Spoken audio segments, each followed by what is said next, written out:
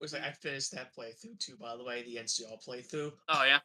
I was laughing my head off when like all of a sudden, it was Rival and I telling you to do things for the other factions. Here you are at this 8-hour playthrough just Right. killing off the cons. It's like, well, Well, yeah, because I got to, we warned him. because it's like, yeah, I couldn't like do that, but at the same time, fuck them because they're just raiders and shit, you know. God, Yeah. the Brothers still to this day. Dude, I do.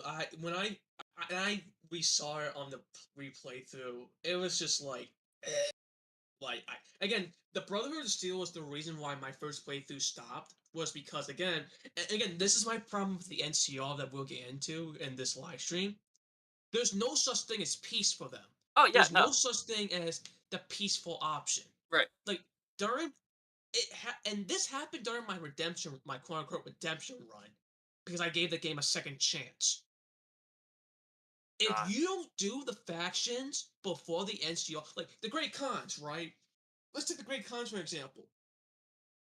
If you do the Great Khans quest line, which basically you talk to Papa Khan's son, I think it's his son, the dude with the mohawk and like the black face paint on him. Right. You talk to him, and he's saying, "Oh, because he knows Caesar's bad. He knows it, but Papa Khan doesn't know that. Right. So what do you have to do for this quest line? One, you have to go to Death Claw Valley and go to a certain place. Yeah, I'm not even joking when I say this. So you have to go to Death Claw Valley. Then you have to go in the southern part of Death Claw Valley where the Alpha Death Claw is and talk to this one chick who's literally sitting on top of a Death Claw nest. Wow. Yeah, Yeah, isn't there like a con? Because I haven't actually yeah, done that's like the. there's a lot of the side stuff I haven't done because again I beeline and just murder things most of the time. Oh, I can So tell you like anything. if I I can tell you remember anything. if I remember correctly, I do think one time I happened to be passing by the quarry, but I was passing by the quarry on the back end of it. So I happened to see like a great con camp or something that's on the back end of the quarry. So you get to go to those guys, talk to oh my lord, like that's Yeah, ugh. and then so you have to Just to talk to get the someone. cons to realize that the Legion are assholes, and Oh then no, it gets even better. oh So Vault 3 that you killed, right? right with the fiends, yeah. Guess what? In order to convince Papa Khan to see that Caesar's wrong for what he's doing, Ah, you have to talk to these two dealers that the cons have. They're right, part of right, the right. Great Khans. You have to do a chem run for them because the dude got captured by Caesar. So Was you have to deliver the drugs to Vault 3. yes, Okay, but here's the thing though, you need to do a speech check. for Bef- God's sake. How how the fuck do you need a speech check for that? because Like it's like here I am bringing you your because drugs. Here you go. Like because he because this is why when you go through the vault door, the chick that yeah, stops you I'm aware. Yeah, that you killed, yeah. she sees you and she's like, "Wait a minute, you're not a usual runner. Who are you?" You have to do a speech check to go to whoever and get the drugs. Motor What, Runner, that's his what? name. To get the Okay, but drugs wouldn't to. the cons have given you like some sort of like Nope, they insignia, don't. or you would think? Okay, from a like this is why I wiped the great cons out. They're just dumbass raiders. They really are. Like, bro, you didn't send your guy with any like even Kaiser, right? He wanted to make sure you got to him alive so he could talk to you. So he gives you the mark of Kaiser so that any legionaries that try to fuck with you see it and go, oh, that's the mark of Kaiser. So we need to not attack this guy. So oh my god! Again, that just feels like again, it has to be intentional with the way they And built then that. It no, has to be and then intentional that helping the NCR and being the goodest boy you can is the hardest thing in the we wasteland. haven't even It gotten to has the to we be haven't even gotten to the cherry on top for the Great Khans. So you do all this, right? right. You go to Papa Khan, right? Because the game tells you to talk to Papa Khan. You know what happens? He's like, oh well, like, because the whole thing starts off as there's been talk about the Great Khans wanting to break from Caesar, and he Right. wants to ask you why. What's up? You tell him what's up because what you've been doing. He still doesn't believe you. So you know what you have to do? You have to go into the Legion dude's room, go into his chest, like in like he's like a footlocker or something, loot it without him seeing it. So you have to go Right. into the room, close the door, take it. You get no karma harmed against you on this. Right. Take the book, take it to Great Khan, take the Papa Khan. Papa Khan looks at it he's like, "Oh, what? Slaves, dogs?" And then Papa Khan doesn't like that, chases him out, Right. basically kills him So like, essentially. yeah, But then, after you're done with that, you have to either go to the Children of the Apocalypse or pass a speech check with Papa Khan for them to leave the Mojave. Christ. All all that just to, oh my god. Ugh. Anyway. But he's yeah. Yeah. So, hey guys, Reaper right here. Hope you're having a fantastic day. As you can tell, we're doing a discussion stream about New Vegas and 3 and just, design things. Ida says, what's up? How's it going, Ida? Welcome to the stream. So I'm joined today by Sap. He's been, a viewer in a couple of the other streams for my NCR run, and, we just decided, hey, we'll get together, we'll do this thing. It was supposed to be at 2 o'clock, but I slept in, and I, like, completely forgot, because I was out with a friend last night, so. Yeah, to be honest, you also did like a live stream information, you're right too, so you kind of deserved it. Yeah, true. Oh my god. But yeah, so we're here. We're talking about Fallout 3 versus Fallout New Vegas, and like kind of the franchise sort of. Edith says, "I remember Reaper was wanting to kick Oliver in the bollocks." Yeah, exactly. I mean, yeah, that's still going. I just have to get through the Barbarian run, which it's proceeding extremely quickly because like it only slows down once you get to Caesar, because then Caesar sends you to do things. It's like, oh, okay, I'll do it. That and getting Cassidy to come with you, that's gonna be like, God, she always needs a speech check. No matter what happens to her, you gotta get a speech check on this bitch. Oh my god. But yeah, so we're talking about this, and I'm not sure exactly where the conversation's gonna go. We're just discussing. So Try to keep it civil as possible for all of no, us. fuck you. Okay, let me get my NCR radio real quick and put in a hit Yeah, squad on you have yeah, I lose karma for that. The NCR just, oh no, why is Thor 1 trending? I just had to be looking at Twitter to make sure my tweet was actually sent out. Um, yeah, like Thor 1 is trending, I guess, because people are looking at like scenes from it or something. I don't know. Like, you know how Twitter goes. It's like somebody posts just one thing, and then everybody else is like, "Oh wait, hold on," and then they all start talking about it. Hence the idea of trending. But I Thor 1 though. Like that's an old movie. yeah, it's so weird. Well, I actually went out last night and I saw the new one. Not like again, I wouldn't have spent money on it, but my buddy wanted to go out to the movies, and it was a toss up between that and Elvis because it was like a late showing. So we were gonna do like a double feature, but it was so late that they didn't have like the right times for both. So Yeah. we ended up just watching the new one, and man, I was bored. Like, I'm not gonna say it's a terrible fucking garbage movie. It's not Shang-Chi. It's not Eternals, right? It's not just like, it functions as a film and a story, but everything about it is just fucking dumb. Oh Like yeah. the jokes and everything, and some of the jokes they got a chuckle out of me, but that's just because they were like character spat kind of dialogue jokes, and those are like not stupid jokes. So there's the whole goat thing was annoying as shit. But when the guy on the planet was giving him the goat, it was kind of funny. It's like, we shall give you these two magnificent beasts and whatever, and he's just like, oh, they're big, wow, cool, It's just like, oh yeah, they scream a lot. It's like, no backsies, and it's like, okay, that's he's just trying to get rid of them. It's not like Yep. it's okay, that's cool. But Yep. Edith says, is it Spider-Man Far From Home dumb? Ooh, that's a good one. I'm gonna say no, because at least people in Love and Thunder weren't completely stupid. Like, they had motivations for their stupidity, like the gods not helping Thor to get rid of Gore because they just didn't feel like it was their problem. At least that played into the theme of it. Far From Home, or is it Far From Home or No Way Home? No, I'm thinking No Way Home. Far From Um, Home.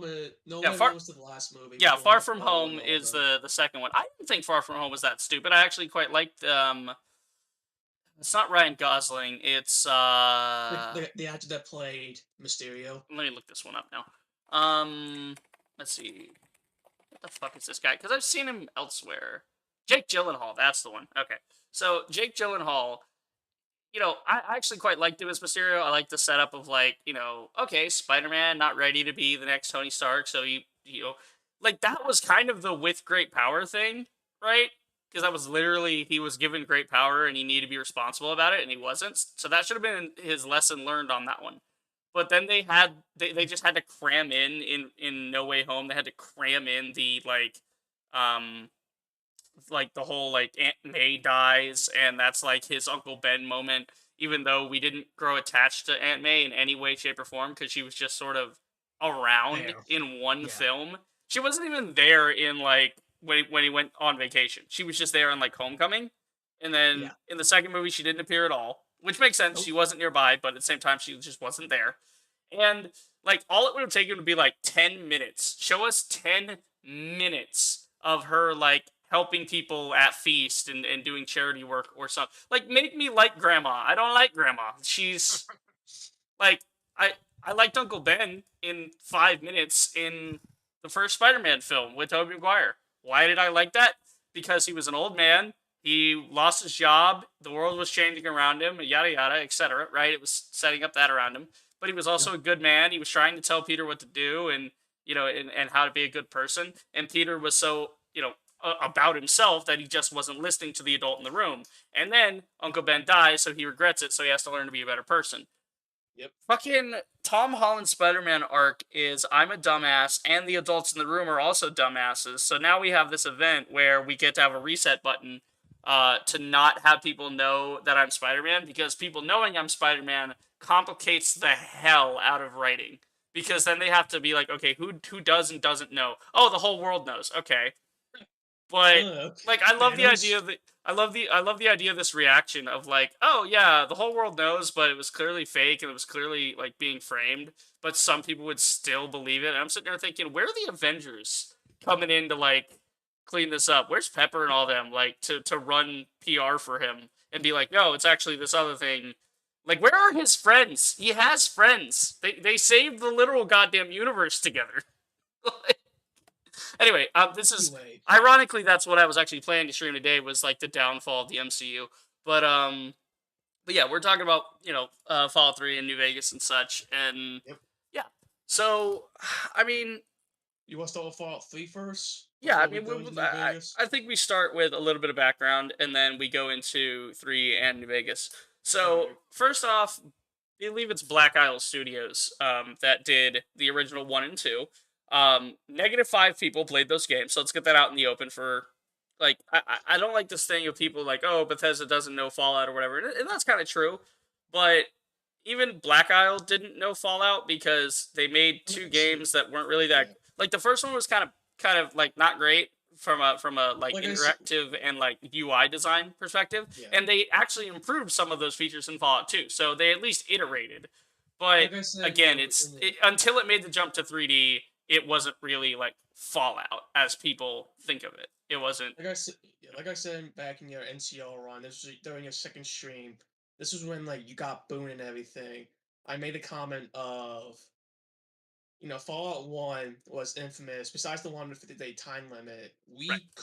we could have gotten Fallout 1. Fallout 1 could not have been a thing, or the Fallout series could not have been a thing, because at the time, one dude thought of the idea of Fallout 1 and started developing the story. Right. But he had no help, none whatsoever, until he Right. pitched the idea. Right, exactly. So it's fair to say like, okay, it was a very small team. It was, harder to do in those days for game design stuff and whatever. So that's the only reason I don't like completely shit on Fallout 1 and 2 and be like, "Oh, they're terrible," because they're not terrible. Like the writing is magnanimous, and that same They're not writing bad. finds itself in New Vegas again. But I think just to lay out the ground rules here. So like Fallout 1 and Fallout 2, they're like Passable. they're passable. They're there. It's I don't know. It's one of those things where you look at it and you can't really count it. You can count it as the inception of the thing. It's the idea of the thing. It was more of a concept stage for Fallout. And then when it hit 3, they stole a whole bunch of ideas, but they brought it into 3D so it would work. And then New Vegas showed us what it actually should have become, and where the series should have continued to go is more innovations, different writing, and different characters. But Bethesda then falls on its face with 4 and 76, and now we're waiting on 5, and 5 is going to be a goddamn nightmare. Um, but So now yeah, so the so we're yeah, that's sort of the thing is shut up Windows virus security bullshit, get out of here. Um, now so that we're done with the background, yeah, so that's sort of where we who are. wants to go? We're not really talking about the Black Isle days of Fallout. We're Yeah. talking 3 and New Vegas because those are like the big contention points for the game. So who wants to go first for three? Yeah. Ida says I want to join you guys on this podcast. Maybe next time, Ida. I just kind of want to test this out and see because I haven't really done a whole like talkie stream like this before. Well, with another human being in the room. So let's see. So we start with Fallout 3. Full disclosure, I don't think I've actually like fully beaten it in my youth. Let's say in my youth, Fallout was not as big of a thing for me. I'll Um. be right back. I'm sorry. Oh yeah, I no, gotta be you're right good. back. Yeah, so we're gonna take a little break there. Actually, that gives me time to go check on Twitter. Because I was kind of interested in what people had to say about Thor. So people are talking about Zeus. Zeus is trending as well because people are talking about like Zeus in or Snyderverse. Oh God, the DC fanboys that are on it. Actually, I'm gonna while we're taking a break here, I'm actually gonna show this. Oh, that's Spike Apps. That's not wrong. So this guy's fucking like crying about like yeah, they made him worse than a joke. Well, yeah, that's the point. He's a joke. The whole movie's a fucking joke. Yeah, Data Runner for some Sorry reason about that. Zeus is an immoral, cheating serial rapist. He's not some disciplined noble warrior king. He's yeah, literally like people don't even know the mythology. So people are talking That about was Zeus because of it. Oh my god. Sorry about that. That was a buddy telling me that dinner was ready. So Oh, fantastic. I'll try to keep my face away from the microphone from eating, Oh, yeah, you're good. especially today. Yeah, no, little ASMR never hurts. So yeah, so as I was saying, in my youth, let's say, when I was but a lamb, but a little baby lamb, my brother was more into it. So we're separated by a year. So, but he was more into like, Fallout 3 in New Vegas. That was his big thing that he would play, and Resident Evil. You know, he was the one that was into Resident Evil and all of this on PlayStation, right? And we had Xbox for Halo, right? But most of the stuff we did was PS2, PS3, back in those days. God, back in my day, I can feel my hip popping when I say that because I'm just so fucking old. Oh God. But the thing is, like, I was never really big into that, so I played a bit of Fallout 3 back then, and I was like, yeah, this doesn't work for me. And then when I played New Vegas, I'm like, oh, this feels way better than trying to play 3, you know? And that's one reason I look forward to the conversion mods for Fallout 4, where we're going to get those. Because it's like, oh, the graphics are actually going to be decent. A lot of the problems are going to be fixed, and a lot of like quality of life improvements will probably be made by the modders. Because otherwise, what's the point in doing the conversion mod? Because everyone already has the game. It's like, if you're gonna convert it, you need to like add more features and stuff because then that justifies me bothering with the mod. Well, me And for that Fallout 3. Then you go on. yeah. So that's kind of my background on Fallout 3. I don't know what was your like impressions of it and your sort of So feel. this was back in before the nonsense of 2020 happened with the pandemic. Yeah. I had a friend. I have a friend. I still talk to him to this day. Not as much though, because he's up in the mountains Right. in our state. But Yeah. before he moved, he had me come to his place one day, and he wanted to give me some of his stuff. So that's the so fun fact. That's how I got my copy of Fallout 4 and New Vegas Ultimate Edition because he was moving. He wanted to go to he wanted to go to GameStop and Right. sell those, and I said to him, And I'm just like, give them to me. yeah, it's like, You're not dude, good. if you give them to me, I can give you a hug, and that will be more, useful to you than whatever the hell Yeah. GameStop's gonna give you. So anyway, the copy of Fallout 4 he gave me had a code for just the base version of Fallout 3 that he Right. didn't use. Right. Thank God, because I was gonna strangle him if he used it on me. And Yeah. he's like, "Oh, he's a," but he did warn me that it was an early 2000s game, and Yeah. it didn't bother me that much because like I've been watching Mitten Squad and Nerbert's videos on Right. Fallout 3, so I was kind of exposed to that already. Right. So I played Base 3. I never played the DLCs, but I know about them. But for the most part, with Fallout 3, I enjoyed it, except for the subways Right. and because like navigating the cities and navigating the big problem that people say about Fallout 3 that I disagree with is with the cities. Because like, yeah, the cities are hard to navigate through. Right. But the thing is though, if you pull up your Pimp Boy in 3 and you go to the map, literally just follow the dots or like use the mini map like on the compass just to follow the waypoint to know where you need to go. Right. It's not that hard. Yeah, and I think that's a big advantage for the Bethesda games is like even though like they still can't make a local map to save their fucking life. I don't get why it's so hard for them to make like Fallout 5 better have a local map that looks like the local area I'm in. Because to this day, even like New Vegas, even in Fallout 4 and shit, it's all gobbledygook, so you can't even use the local map to find things. But yeah, if you just kind of like play hot and cold with the compass, it's like, oh, I go this way and then I go this way. And if you So combine that with like what the quest is actually telling you to do, then your yeah. navigation is not like a nightmare. Besides that, it took me about I want to say 6 months just to get through the main story, and it wasn't because I got lost or anything. I was just exploring, Right. doing side missions that I didn't know that was side missions at the time, doing things not main story that broke the main story, but doing certain side missions out of order that I wasn't aware of until I got the quests. It was like, oh, here's a quest for you. Okay, I did this already. Oh, you did the quest already. Here's some experience for no reason. It's like, thanks. Right. Exactly. At But least in like New Vegas, they have like the thing of like, oh yeah, I need you to go do this. Assigns the quest. You immediately speak to the guy and be like, oh, I already did this. Oh, okay then. And then like me with same the like breaks. the fiends, right? Where I already had one of their heads, so I just completed it instantly because I was like, oh yeah, I have this one already. Oh, okay, cool. So now I'll go do this other one. But that was more of a multi-part quest. But there are some quests where you can just fully like do it. Like it's weird when it breaks though. Like when like in my barbarian one when I killed all of Good Springs, and it's like, oh, we're gonna have this fight, but I already killed everybody, so there was no fight. So I just had to wait for Joe Cobb to like walk into town, and then it was like, oh yeah, I got a town of my own now. I'm like, great, you have a ghost town. I killed everyone.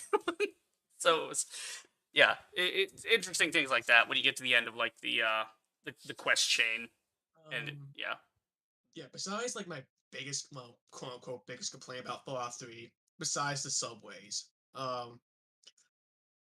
the game is basically set on hardcore, regardless if you did not put the game on hardcore. And what I mean right, by that is, so at one point, because I did a vast majority of that game with no companions, because I didn't know companions existed back in Fallout 3. right, So I get to the part where after your father dies at the war factory, when the Enclave show up and then the president, the leader of the Enclave died, not the president, but the other dude in the coat dies in that gas room with him and all that, and you make that escape in the sewers, and you get to the Brotherhood headquarters in the south end of the map, right?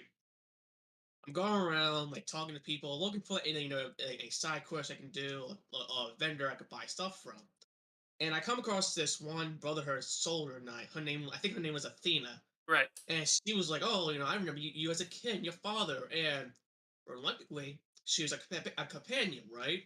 Well, her and I will work. We're running around, and we get into fight some super mutants.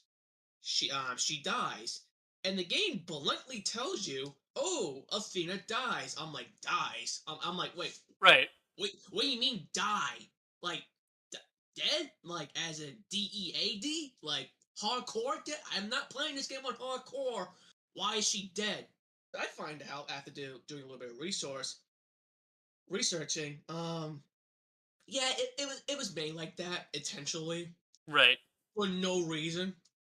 It was intentionally made like that for no reason whatsoever. Yeah, that's one of the reasons in New Vegas that you have the idea of the unconscious companion, um, which then Bethesda took way too far in Fallout 4 by saying, "Oh yeah, no, some people are just like necessary, so even you the player can't kill them." And it's like, wait, hold on, pause. Why? I fucking hit somebody with a mini nuke and they live. It's All right.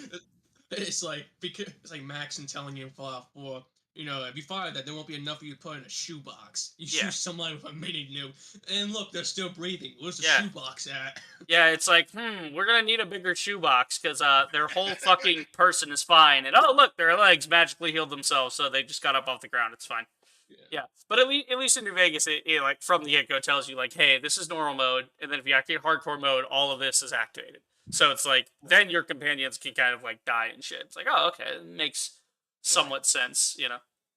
But Rose yeah, says it. besides that, for Fallout 3, Yeah, I enjoyed it for the most part. Again, I never did the yeah, DLCs, but I know about them. yeah. Though I mean, there's no point. The DLCs are fucking dog shit.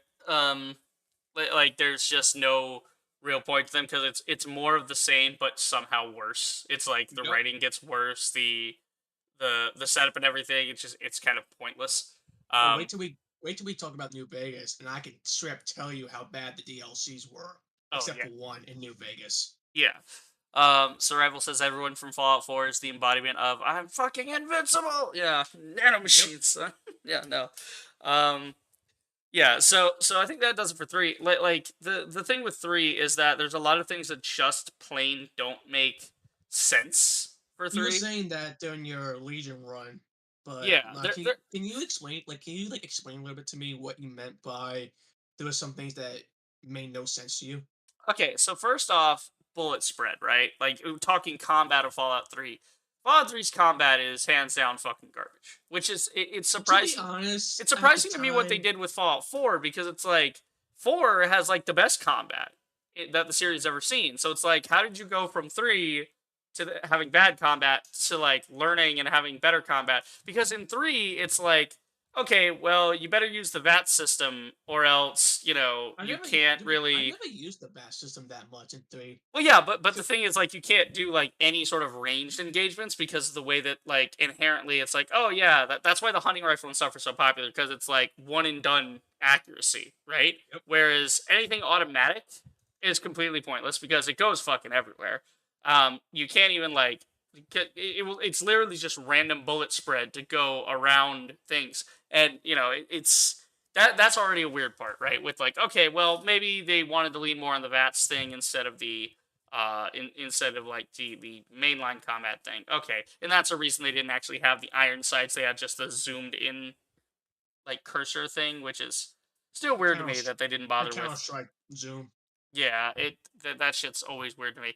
Um, let's see. Rival says they bought the makers of Dune 2016 and Wolfenstein in. Oh, see, I was not aware of that. That's probably why the combat in 4 feels better if they're pulling from ID because ID is like or ID id whichever I don't know fucking id software is really good at that. So it's not fully Bethesda's. Yeah. So like that's the weird thing when it comes to Bethesda is that like the cool parts of Fallout 3, right?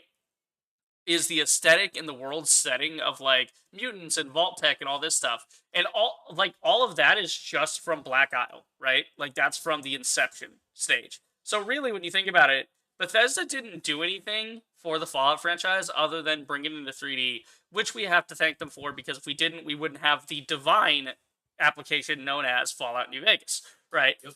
Now, the problem arises when you see what Bethesda does on its own and can't rely on those things anymore because we see that in Fallout 4. Where it's like, oh yeah, we don't, and we know it's because it has nothing to do with the Black Isle developers because some of the Black Isle developers worked on New Vegas, which everyone looks at and goes, huh, great story, good combat, like everything about this is pretty fucking great. Um, to one degree or another. Again, there are some things that should be touched up on, but for something made in 18 months, it's like, all right, that's fine. God, Um, God bless them. yeah, like they 18 did months. incredible work in such a short amount of time, and in no small part because it was already brought in the engine. If they had to do it 3D from scratch, that Mm, would have just been impossible. yeah. So they had sort of a template to start working from. But then we get to Fallout 4, and then Fallout 4, it's like, okay, you've made the best version of combat, including VATS, right? It's the best version of VATS. It's the best version of the combat. You got the gun crafting stuff is amazing. But then you have like the settlement thing, which people are divisive on. I personally like the settlement thing, but that's Same. just because I'm a creative like person and I like the whole settlement. Now, the problem with the settlement system is that it's forced in that they made a whole system for it, and instead of it just being an optional system that can help you during the game if you decide to use it, and do the Miniman quests and stuff like that. But instead of making it optional like that, they literally require it because you have to go get on good terms with one of these, with either the Brother to Steel or the Brotherhood, Minutemen, in order to Minutemen, build the fucking Institute, thing or in their camp. And it's like and you the have to railroad. do some, yeah, the railroad as well. So like you have to get on point with one of them. You have to be which is okay. You're gonna progress the story. You're gonna pick a faction to go with anyway. Makes sense. But part of the mission being a settlement thing. That's clearly Bethesda coming in and saying, no, we built this entire system that you didn't even ask for, and we're going to make sure someone gets use out of it. So we're going to cram it into the story where it really doesn't belong. We could have had it any other number of ways. I mean, that's like, I think, I think Brother of Steel. I mean, from what I recall from Fallout 4, Brother of Steel doesn't even necessarily do it. From what Yes, it does. it does, but doesn't. The only point you have to use the settlement thing for the Brotherhood of Steel if you choose Right, to um choose them for the Institute infiltration mm, is building the teleporter. right. That is it. That's the last Well, time that's what I'm you'll saying. ever But use it. isn't it? If I remember correctly, isn't the assault on the Institute that you repair Liberty Prime and then it goes there and it blows open the front door basically, and then you just go down to the catacombs normally, Yeah, or yeah. Like like? you literally. So the But whole don't thing you? about Yeah, but Brotherhood. you still need the teleporter to get back out, right? I think I'm confused because again, I played it Yes, like yes, you do. twice because Fallout 4 story is terrible. So you side whoever you side with, you go there. Right, When you meet Sean, your kid, who's a synth, you meet Father, who is supposed to be your actual son, Sean. right, If you refuse to listen to him and say you're not my kid, I don't believe you, mm, Father will allow you to willingly leave the Institute with your life, and you can right, go back to the teleporter. right, However, if you choose to accept Father as Sean, mm, as a 70, 80-year-old man, what happens is you cannot leave the excuse me right there. You cannot leave the institute until you speak to the members of the institute, which is like 4 people essentially, right. and then they give you an upgrade on your Pit Boy that allows you to leave the institute whenever you like. Okay. But that's it. And then the whole thing with Brotherhood of Steel is that you do that, you dance. And after that, Ingram sends you to like some locations to get some parts for Liberty Prime, and then the assault on the tower to get Right, okay, so you have the to core. infiltrate the Institute with the teleporter, and then later you do the assault. Yes. Okay, that's yeah, my brain was gonna. So it's still forced. Oh god, okay.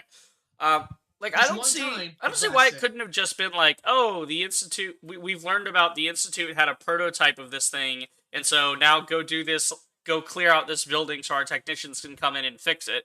And then there's like just a prototype of the teleporter in that building, or like an old like remember the Robco with the beryllium agitator, or whatever the fuck thing, right? Yeah, that Like thing for Liberty like Prime. Yes. that made that like basically do that, but also do like, okay, first we need you to go get the beryllium agitator for Liberty Prime, and then we've also heard about this thing with the Institute, and then you could have had options for like getting the Brotherhood to help you with that, of like if you have like a high speech or a high guns, or this is what you could have done in New Vegas, is like several other things like the assault on the dam in New Vegas. You can do it all by yourself and just run through it, or you can take a sidestep and either just like mincemeat all the Legion guys underneath, right, that are hiding in the bottom of the dam.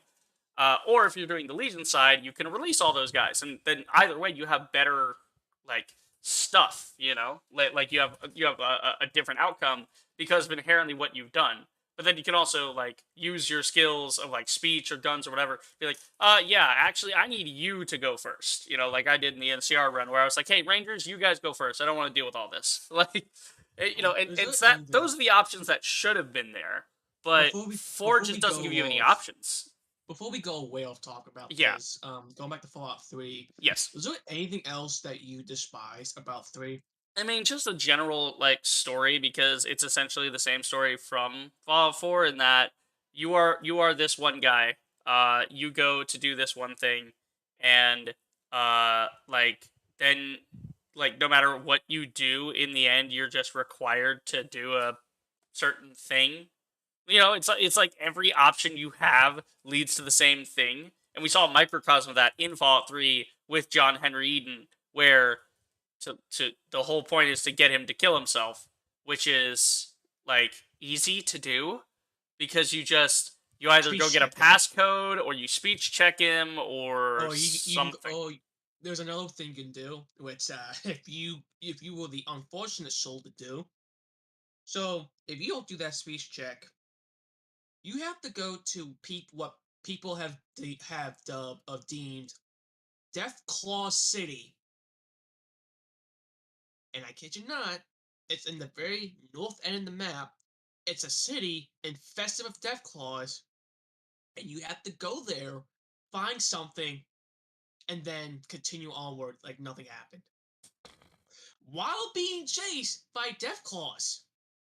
Wow, that is entirely fucked. Yep. Yeah. They, Revel, they, they, Revel saying the Brotherhood has vertibirds by Fallout 4, so why didn't they lower ropes from them into the hole Liberty Prime made to get you out? You know, you know why? Good Because question. Bethesda. That's why. Good I question. mean, why does Mama Murphy's face look all fucked up? Uh, Bethesda. That's why. Yeah. besides you hanging the story on Fallout 3, like Like the combat, like story, is it the combat's kind of fucked. The story's kind of fucked. Like, I don't know. There's just so much like. Again, it's not completely horrible. It's just that it had a lot of missed potential. It's kind of like not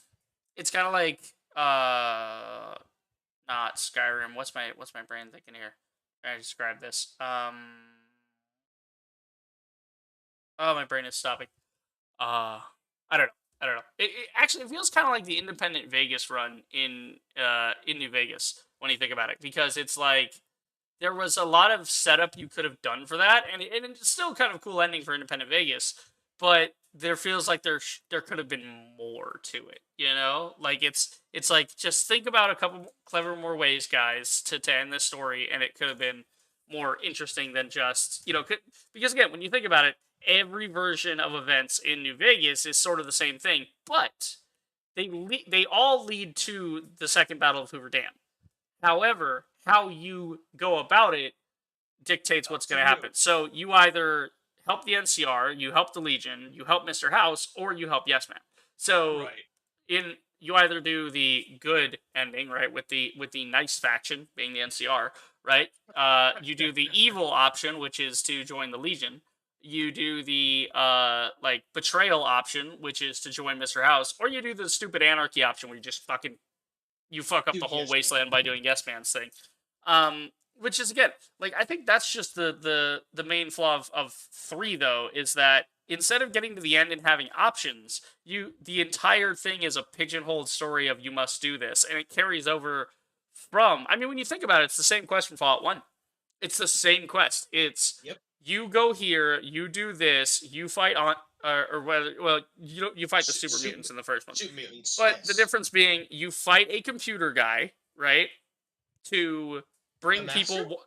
Well, yeah, yeah, like the whole master thing. It's like, Isn't master like? Okay, well, he's a he doesn't. mutant that merged with technology. So he's merged with the computer at I this point. never, I never noticed that. I never knew Well, about yeah, that. because his thing is like a melty, weird, like fleshy thing over top Yeah, of like I saw a that. computer I know monitor. that Yeah, much, but he's I never molded knew it with was on a that. The computer. vault he's in, he's molded with it. Like he's part of it.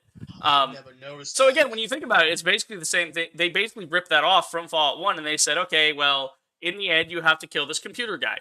Okay, same thing, right? Kill the master, kill John Henry, same thing. You're trying to bring water to people. It's the same concept, just the difference being that you're trying to get water to the rest of the people rather than just the people in one vault, right? Okay. And then you've got the whole like your guy comes from a vault, right? Okay, makes sense. Kinda. Well, But the he, difference being in the first one, they had to send you out as like the you know, The the chosen chosen one. one, right? You are the well, I think it was Lone Wanderer in the first one, and then it Uh, was Chosen One in the yeah, it second was one. Lone Wanderer in the Second one first one. was the Chosen one the chosen one. second one. Yeah. Third one Um. was like, Third was Vault Dweller. and the fourth one was Or Vault no. Dweller as Was well. it Vault Dweller? No. It was Fourth Vault one was Dweller, Vault Chosen Dweller. One. God damn it, my brain. Soul Survivors is four. Hold on. So I got this. Fallout 1, you are the Vault Dweller. Fallout 2, you are the Chosen Chosen One. one. Fallout 3, you are the Lone Wanderer. Fallout 4, Courier. Fallout New Vegas, you are Courier 6, right? Which is amazing because you're not even involved with the Vault, and they still made the story like really interesting because it wasn't just, oh, you come from a vault. Yeah, we saw it 3 times before. We don't need vault It's things anymore. like, And yeah, then so now I see Fallout 4, one more Vault. yeah, Fallout 4 goes to being the sole survivor, and then Fallout 76 Vault is Dweller. whatever the fuck 76 is. You don't really have a Yeah. title in that. You're just a I guess a vault resident. I don't know. Yeah, that's what they use a lot in 76. Vault Resident. Yeah, you're a resident of the vault or a citizen of the vault or something. But the problem with 76 is like you're forging your own story inside of a thing where everyone else is. So I don't know. I feel like there was a different way to take multiplayer Fallout in that one. But anyway, the point being is Fallout 3, when you look at it, a lot of the only things that really work, right, is when Bethesda takes things from like the things they can't fuck up. Like you can't fuck up a super mutant. You can't fuck up the vault tech. You can't like these things have already been established by 2 other games. And then Right. New Vegas is like adding brand new things, right? Like, okay, Yeah. the only thing that's really left over from the only things that are really left over from the first couple games was the NCR, the Super Mutants, and the Vaults, right? But the That's concept, it. but the Vaults are just sort of a nebulous concept. You don't come from a vault. There are no operational vaults in New Vegas like there are in the other games where Uh, uh, well, I'm not sure. Vault 21's not operational. It's not like a Is like that the one with the gang with the Raiders? Not the no, Raiders. because you're thinking the Fiends in Vault 3, and that's not operational. That was a No. vault There's that was a. operational. Got I'm wiped not. I'm out. not counting Vault 3 for the Fiends. There's a vault near the Great Khans. Near the It's Great operational in Khans. quotation marks, but I don't know about it's. that vault. I think it is called a vault. I was just doing a play, like I said, I was doing a redemption run, and I'm doing the DLCs before doing the dam. There's a vault. It is a vault. It's like a little bit south of where the Great Khans are. In the Oh, Great Khan. Vault It's 19 with the powder yeah, gangers. that one. That's technically yes, but also no, because again, it's not a vault being run as a vault should be run, which we've Yeah, it's seen run in by Fallout 1, Fallout 2, and outsiders, Fallout but 3. We've seen operational vaults. We haven't seen and then any vault you see that's not operational is because it was some fucked up experiment. right. And so that's what separates New Vegas, I think, from Fallout 3 is that it takes the concepts and iterates and it uses those toys, right? It plays with those toys in its sandbox, but it can take or leave those toys. It can drop those toys at any time. And the interesting thing is not that they're playing with the toys. That it's not that the toys are there. It's that the story with that they're making with the toys is more interesting. Mr. House is a brand new idea, right? The idea because to this point we've only seen people alive that are like ghouls, right?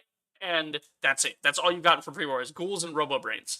So now the idea that a man is his physical being has been preserved in this thing, but now he's running everything with all this robot army. It's Vegas, but it's like Vegas in the middle of this post-nuclear horror, and Yep. that's amazing. Caesar's Legion was a stroke of fucking genius. I mean, the idea of a guy gets captured by a tribe, and then in order to survive, he teaches that tribe to like protect him, basically, because if the tribe goes, he goes. So he did it out of survival, but then he realized, this is actually really working for me, and just kept going, and he's going even further into the old world, quote unquote, by going all the way to ancient Rome. And these are the things that separate it, I think, in that New Vegas is better than Fallout 3 because the guys at Obsidian that made it, right, that did the story, that did all of this, they realized like, oh, this could have been, like it could have been a carbon copy of Fallout 3, right? They could have copied a lot of stuff and called it a day and not sweated it, right? And it probably still would have sold just because 3 was pretty interesting at the time and that. but they made something incredible that Fallout 4 should have used as a template and said, oh, what are all the great things that people love about this? Let's do that. But then also let's have the better combat. That's really all that Fallout 4 brought to the table was better combat. That's about it. And so it I don't know, it annoys me. But yeah, I think that like we've identified the major faults of Fallout 3 in that the story, I mean, the major concepts are just leftovers, basically. The story itself is linear and weak, that like you basically have no impact on the events whatsoever.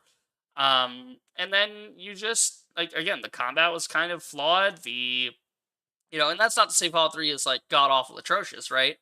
No. But there's still like it's more so a museum piece in a way of like it's an attraction in that you look at it and you say, okay, you You know, give it a I shot one liked it. day. It's just wander around the world, find things, absorb atmosphere. That's all it's really. And you feel Right. that same thing in Fallout 4, where the main quest fucking sucks. There's better writing in like the whole like ghoul fam or not the ghoul family. Like there's like that family that has like an anti-aging serum they take and they've been alive for like, the last like 100 years or whatever since the Oh, war. those. I'm trying to Yeah, think of the that name. family. I found Yeah. that randomly, and I'm like, oh, this is really good. Why the fuck does this side quest have Um. better writing than Wait. the Wait. So, entire mainline quest? Like, there's not one point in the mainline quest I felt like. And the thing is, at least in New Vegas, you have options. So it's like, if you want to feel like an errand boy, go play for the NCR. But if you want to actually do what you want to do, you have three other options.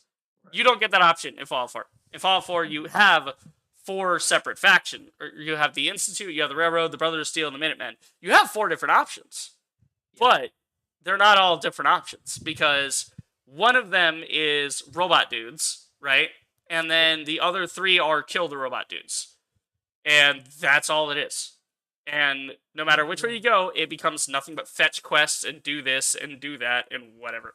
And yeah. So I think that's like Bethesda's failing in that they just for the life of me like can't like they just it has to be some sort of studio interference. It has to be some sort of executive decisions coming from Todd Howard or somebody that has an ego that is like, no, we will do it this way because I say it should be done this way.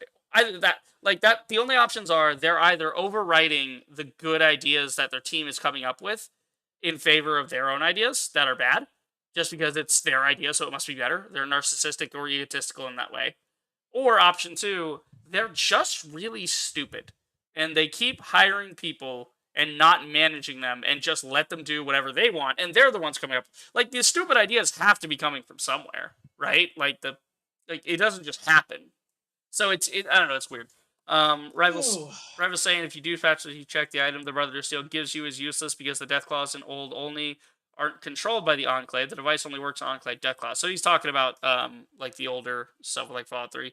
Let's see, the device only works around Enclave checkpoint camps, and that might have Enclave Death Claws around. Not really useful. Rival says Caesar was also a follower of the Apocalypse, which could have added to the conflict the NCR started to have with the followers. Yeah, because that's also a possibility when if you interpret it that way.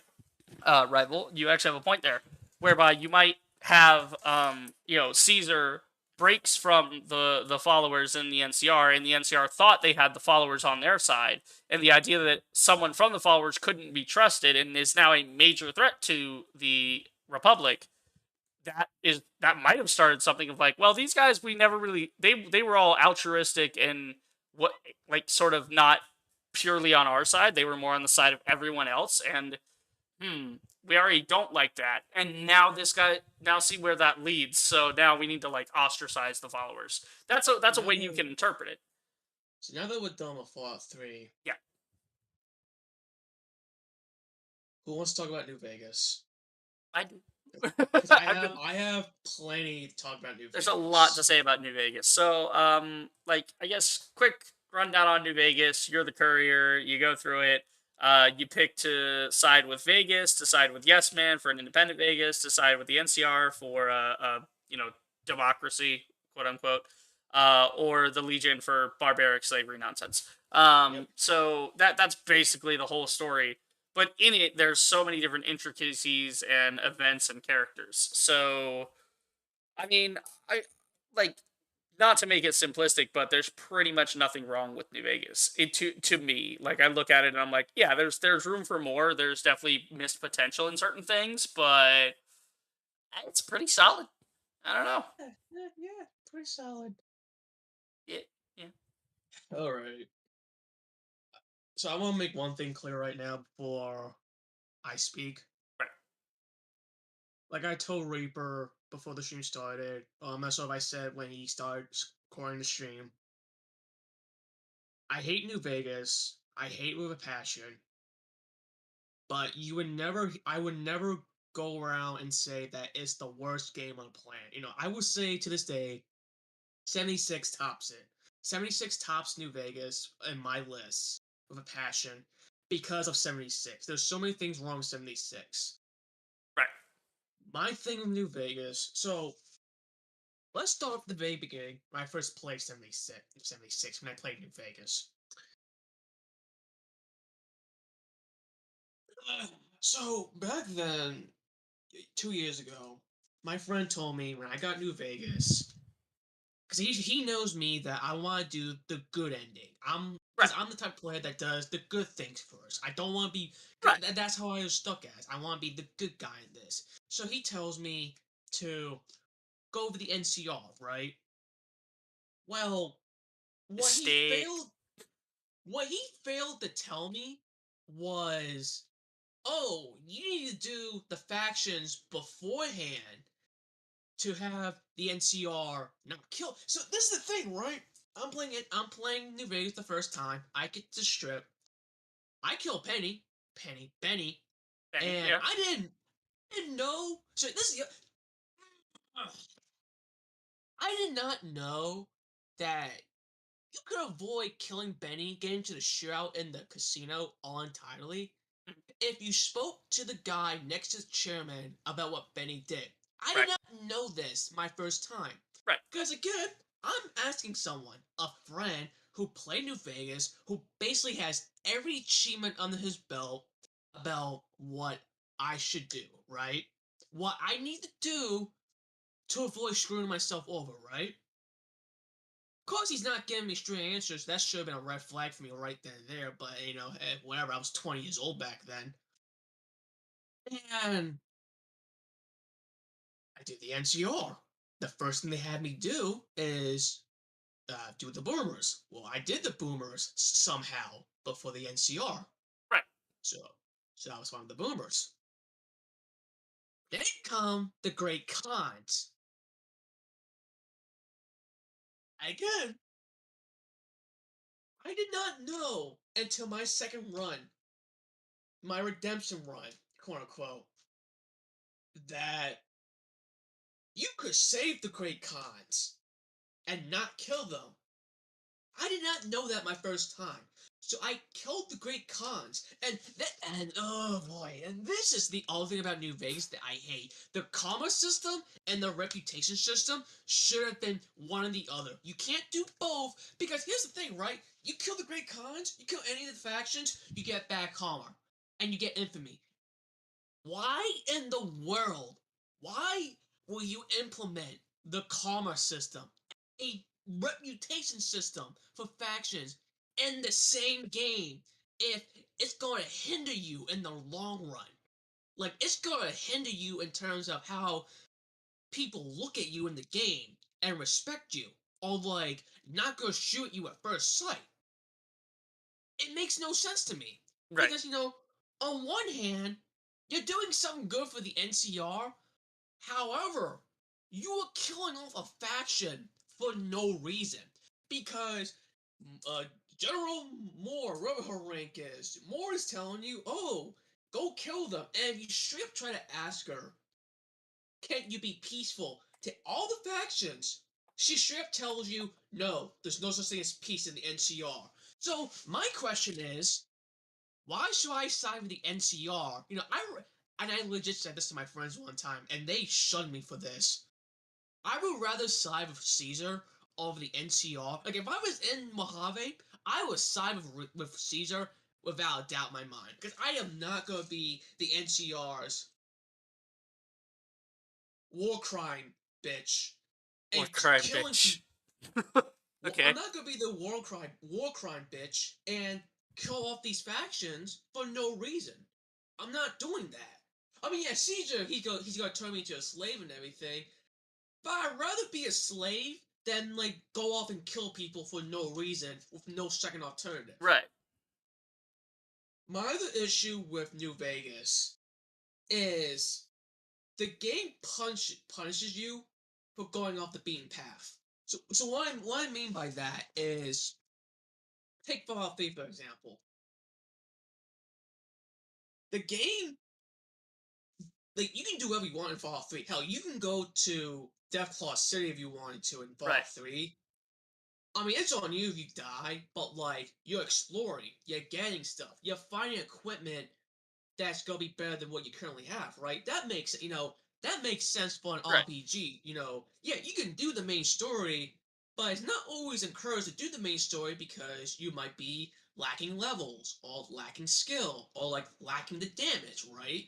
So what do? Well, you go explore, do side missions, level up, get stronger, right? That makes sense. That's what Fallout 3 does. It encourages you to do the thing of you do the main story for a bit, then you go off, roam around, do some side missions, level up for a bit, and continue onward, right? Right. New Vegas is a situation of there was no mission in New Vegas. So this is the other thing with New Vegas is that the whole skill check system. Not it's a speech check, as I mentioned, Reaper, Right. back in one your NCR run, is that there was so many skill checks you need to do in New Vegas that why couldn't these skill checks be a speech check? Like early on, right? With Prim, right? Not Mm. is it Prim? No, Prim. That's the city that's south of Goodsprings, right? With Yeah. the sheriff. Yeah. Yeah. You go to Prim and you talk to the sheriff, right? After you save him. Why do you need a speech check, a skill check for speech, to be in the 40s to convince him for him to not run out on you when you save him? Why? Why is that a skill check? Why can't I just have a percentage? I mean, yeah, and this goes to the topic what you said back in your second stream for the NCR run of save scumming.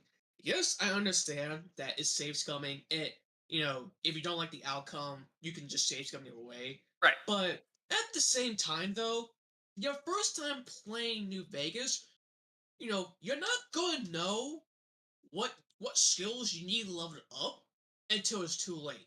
Right. You know, you're not, and the other thing with New Vegas that it's a build game. Well, guess what? I don't like builds. I don't enjoy builds. If you're telling me that your game requires me to do a build, I'm not having fun. Because for me, for builds, it's basically saying that I have to play a game a certain way and not enjoy it. Right. And my friend group, my friends are telling me that you know, uh, if you're not having fun doing a build, they don't play the game. Then why? Like, no. I mean, I think I see what you're saying here. So, I this is gonna sound really weird, but I think Fallout 76 had the best idea with this when it comes to Oh, hands checks down, it on does. skill, because not only after a certain update they added the card system, they added manipulating the card system. Um, so you have to get to level 25 before you can do it, but it's not that hard to level up that much in that game. You get a lot of XP for stuff.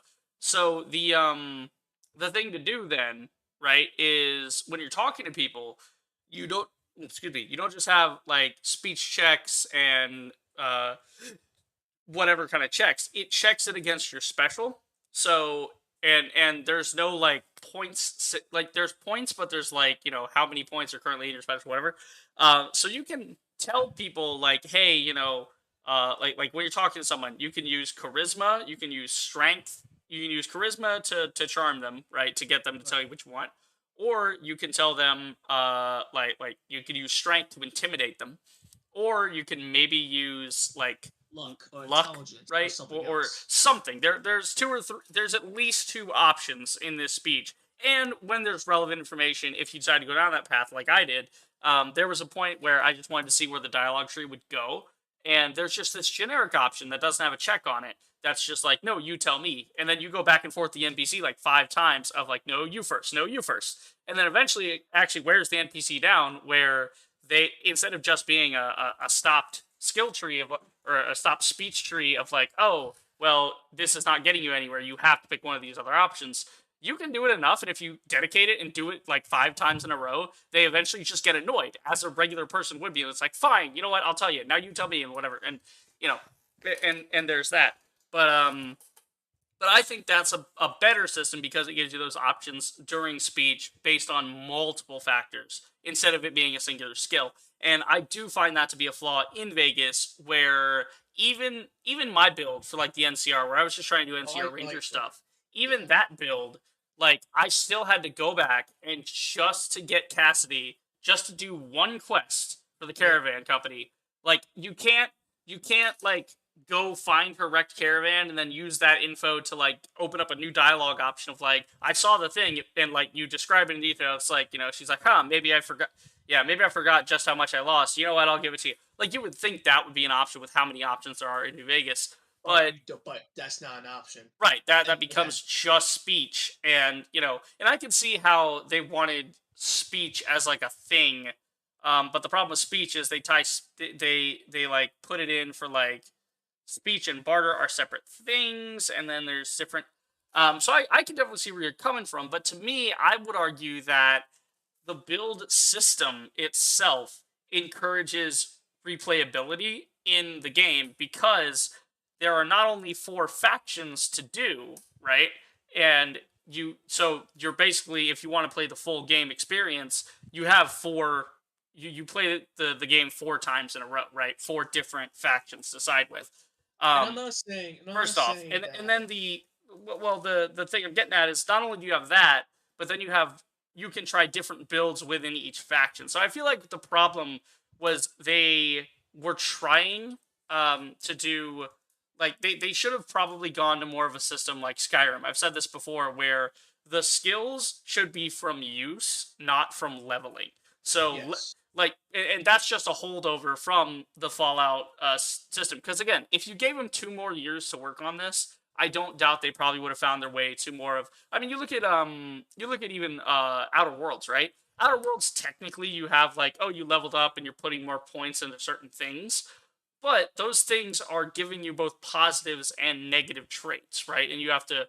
Your build is then focused on what is the one thing you want to do more of, or whatever. And if all else fails, you can just shoot your way out of a lot of situations if that's what you're so inclined to do. But there aren't that many like speech checks. It's more like, hey, you're a merc. We need you to go do merc things. So I give you this quest, you go do it and fulfill it. And along the way, you can use your speech to like get past certain things or go through certain conversations. But you can also use your other attributes as well. So that's something I think Obsidian learned from was, don't lock people into a certain build because they might feel restricted by it. Me, I take the opposite position in that, is it better to be able to switch your build on the fly in something like Fallout 76? Yeah, kind of. When you Cause make it, like if you want to make it a malleable experience. But then again, you look at something like Skyrim, and it's like you still kind of have a build system there, but it's more of a fair build system because you know what's coming down the skill tree. You know what you need to look for to try and get certain things at certain points. And again, most of that game is. We could talk all day about Skyrim, yeah, but but no, again, I see where you're coming from. But I yeah, would still argue the build system in New right. Vegas is tolerable in that it encourages you on your next build to say, "Oh, okay, I'm gonna run the game again, but this time let me try this thing or that thing Right. or this thing." And again, Um, like I'm yeah, saying that, you know, if you want to do a build, that's you. Like, right, if you want to do things your way, if you want to do things that you want to do, that's on you.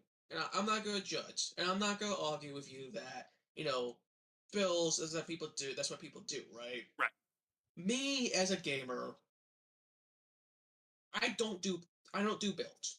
'Cause I want to enjoy myself. I right, want to have fun. So like for example, for New Vegas, because when I got the Ultimate Edition, max level is 50. Yeah, it's 50. right, The skills I had maxed out by the end of the game. Well, when I get the Hoover Dam, It's speech repairs, guns, medicine, and barter. Right. Now, I've had friends tell me, "Oh, so you did a build." No, because this is how I do my points in any Fallout 3 and Fallout 3 New Vegas. This is how I do my skills. This is how I distribute my points. I prioritize repair and speech first. Get them done first. But I don't put all my points into repair. No, I do a point in repair, a point in speech, a point in guns, a point in medicine, and then I repeat that process until it gets maxed out. Right.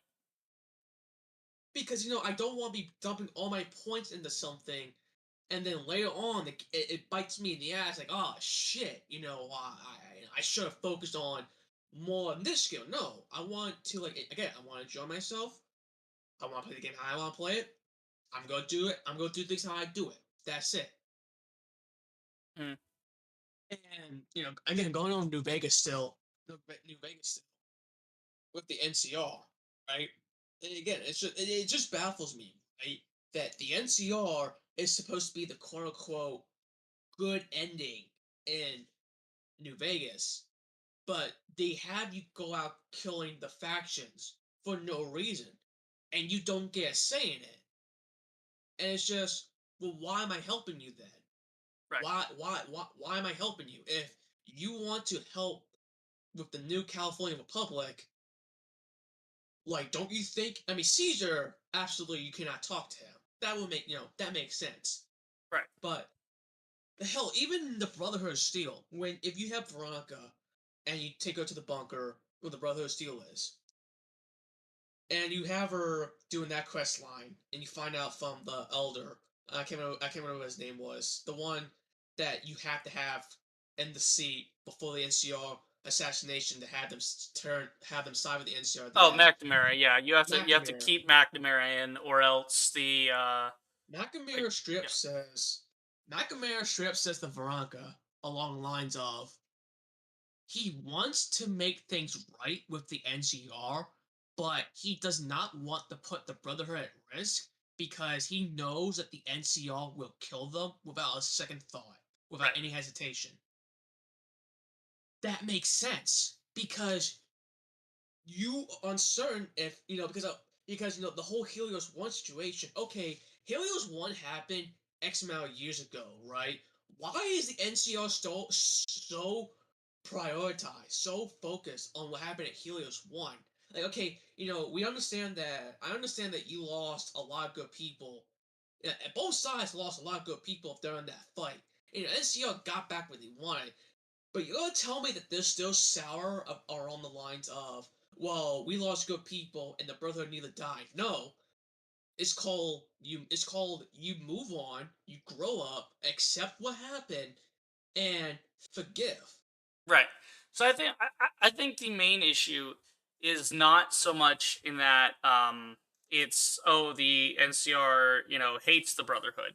It's that the NCR are afraid of the Brotherhood because any existence of a strong faction. It's the same reason they don't want Mr. House to be in charge of the dam, right? It's the same reason they don't want Caesar's Legion to even exist. Not even like a moral perspective of like, oh yeah, we're anti-slavery or whatever, because arguably the NCR conscript soldiers, so it's basically they have slavery as well. And they also have taxes, which is the worst form of slavery. But no, just a meme. But the problem with this is like the NCR isn't looking at the Brotherhood of Steel as we hate them. They're looking at it as we need to get rid of them because if we don't, they're going to hinder our operations, right? And we can't But again, allow anyone to question the state. It's more of an It's less a democracy and more of becoming an authoritarian regime in that way of saying, no, we all must be together, and if you're not with us, you're against us, right? you have McNamara saying to Veronica, if you have Veronica as your partner, as your companion, he straight up says to her, like not in a dialogue tree, but like the outside dialogue Right. when you're roaming around. He straight up says to Veronica along the lines of he wants to form a peace treaty with the NCR but he knows that if he does it, there's a there's gonna be a chance, a possibility that the NCR is gonna turn against them and kill them and take what they have. Right. That's not what McNamara wants, though. You know, and he acknowledges that there is still some bad blood between NCR and Brotherhood, but he wants to put that behind them and move forward Right. to be together essentially. Right. But See, again, this is where it gets kind of interesting. When we look at the future of Fallout, where if the Legion got kicked back across the dam and the NCR continues to expand, right? Then we have to wonder, okay, well, we have the chapter of the Brotherhood in, Bethesda's mind in Fallout 4, right? So, like, yeah, what is going to happen when that one, which clearly with Maxon in Fallout 4, that Brotherhood is clearly much stronger than the other Brotherhood cells we've seen to this point. They're right. clearly, I mean, they have a fucking robot that throws nuclear footballs. How is the NCR going to even deal with that? So that I think is an interesting point of contention of, is the Brotherhood kind of in a way going to become a villain in the future because they are in charge of the East and the NCR are now in charge of the West, and whatever, as they move forward, the Legion collapses and so on and so forth. Um, but that's also like pure speculation. But there's some points here that Rival's making that I wanted to get to in the chat real quick. So So go ahead. he was saying the greatest strength about New Vegas is that it all feels connected. One quest can be found. Okay, so that's when we were talking about the quests. So no quest feels unconnected to the story, which is, yeah, it feels good world building there. The endings of New Vegas aren't always aligned with good, right? So some people consider the other main endings as good endings, and not all the endings for each faction victory are good, right? So I think that's another thing about New Vegas is the ambiguity of the There's no story. such thing as a good ending. Right. It's You don't like really get a good ending. You just get what ending you chose, and that's because war never changes, right? So it's like it's always kind of the same thing in that there's always the conflict, there's always the problems, and no matter how much of a hero you may feel like in the moment, it's more just playing into that. And I think it's higher on the role part of the role playing game than the game part, in that that's why you're picking a build. That's why you're doing things in a very specific way. That's why you have one of four factions you will choose from. right. So I think that's kind of it for the endings thing. Rival says Good Springs arguably gets the best ending as the Legion ending. Uh, in the Legion ending, while having the worst in the NCR ending.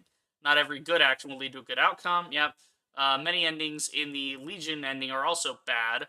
The Novak ending, especially as the town is slaughtered, even worse if Lannis is in charge. And then he was saying that Fallout 3 also requires builds.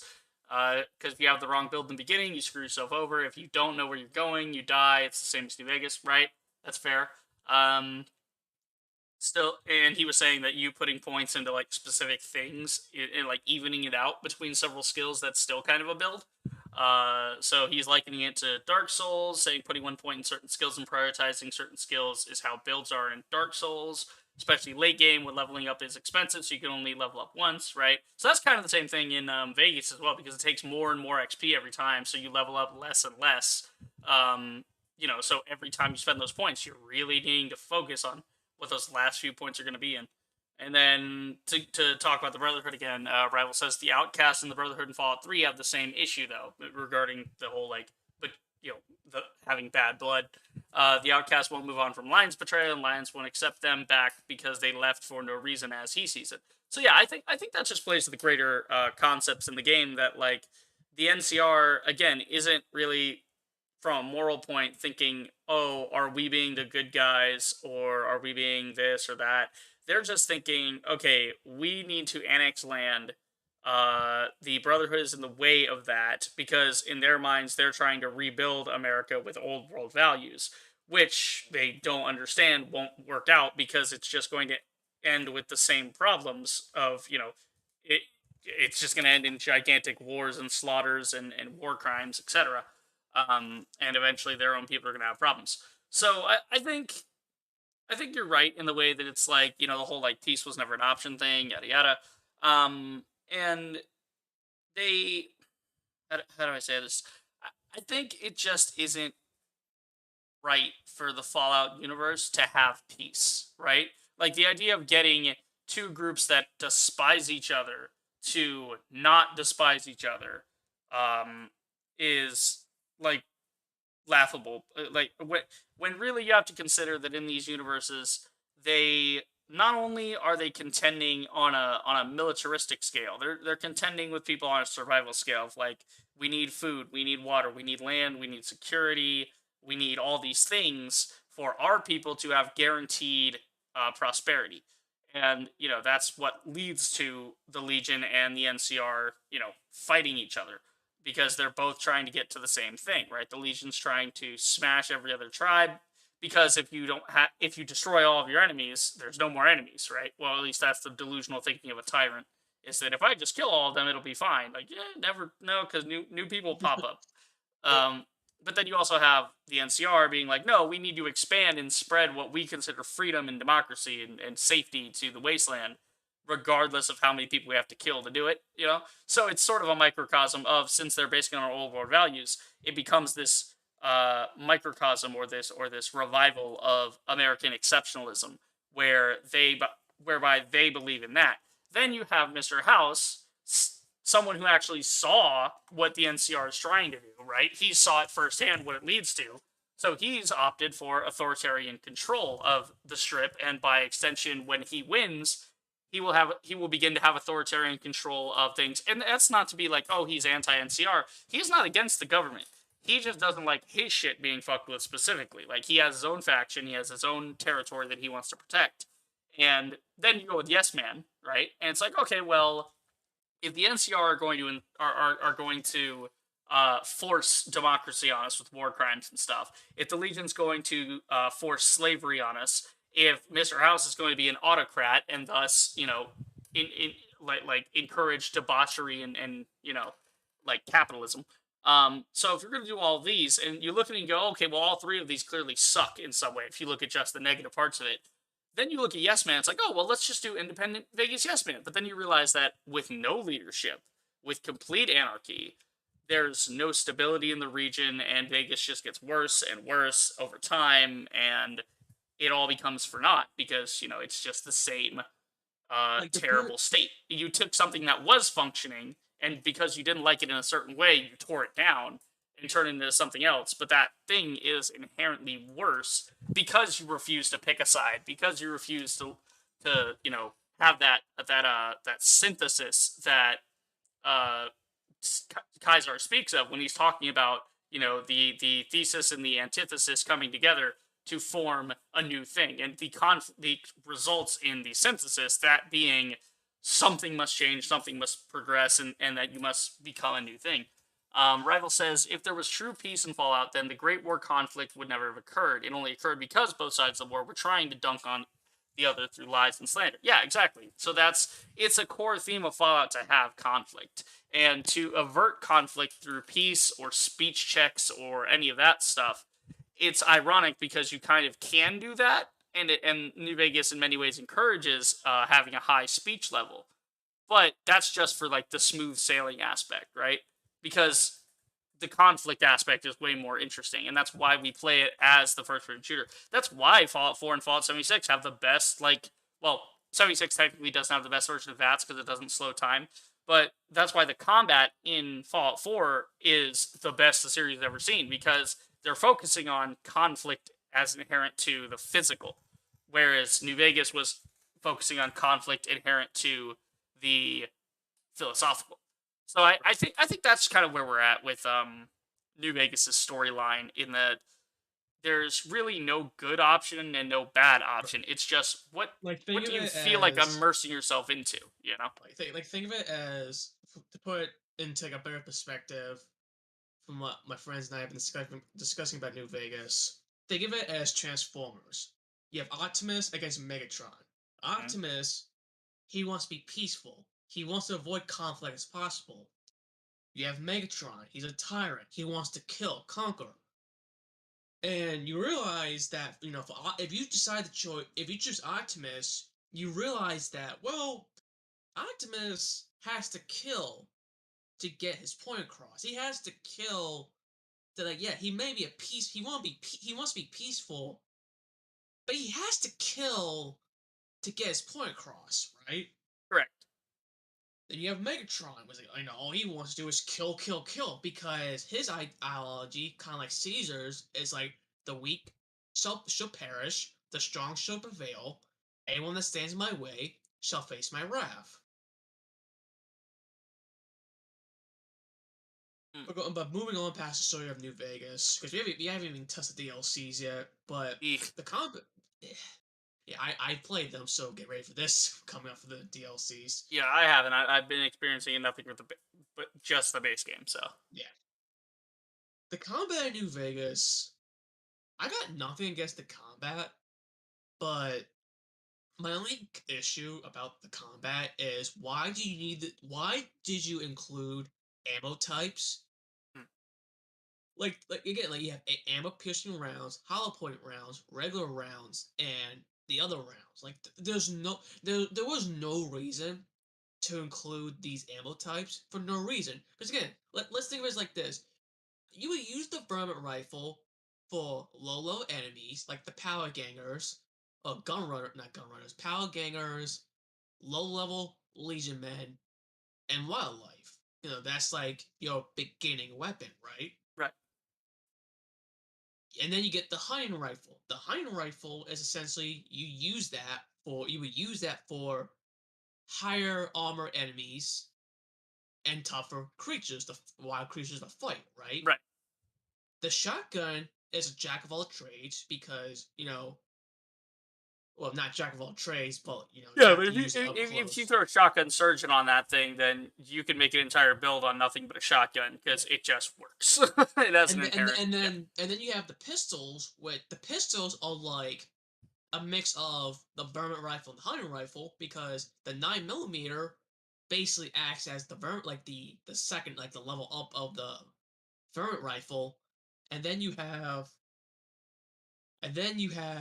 the 10 millimeter pistol, which acts as a baby hunting rifle because of the fact that, well, it's not going to do a lot of damage against higher armor foes, but at the same time, though, you're going to be dealing damage.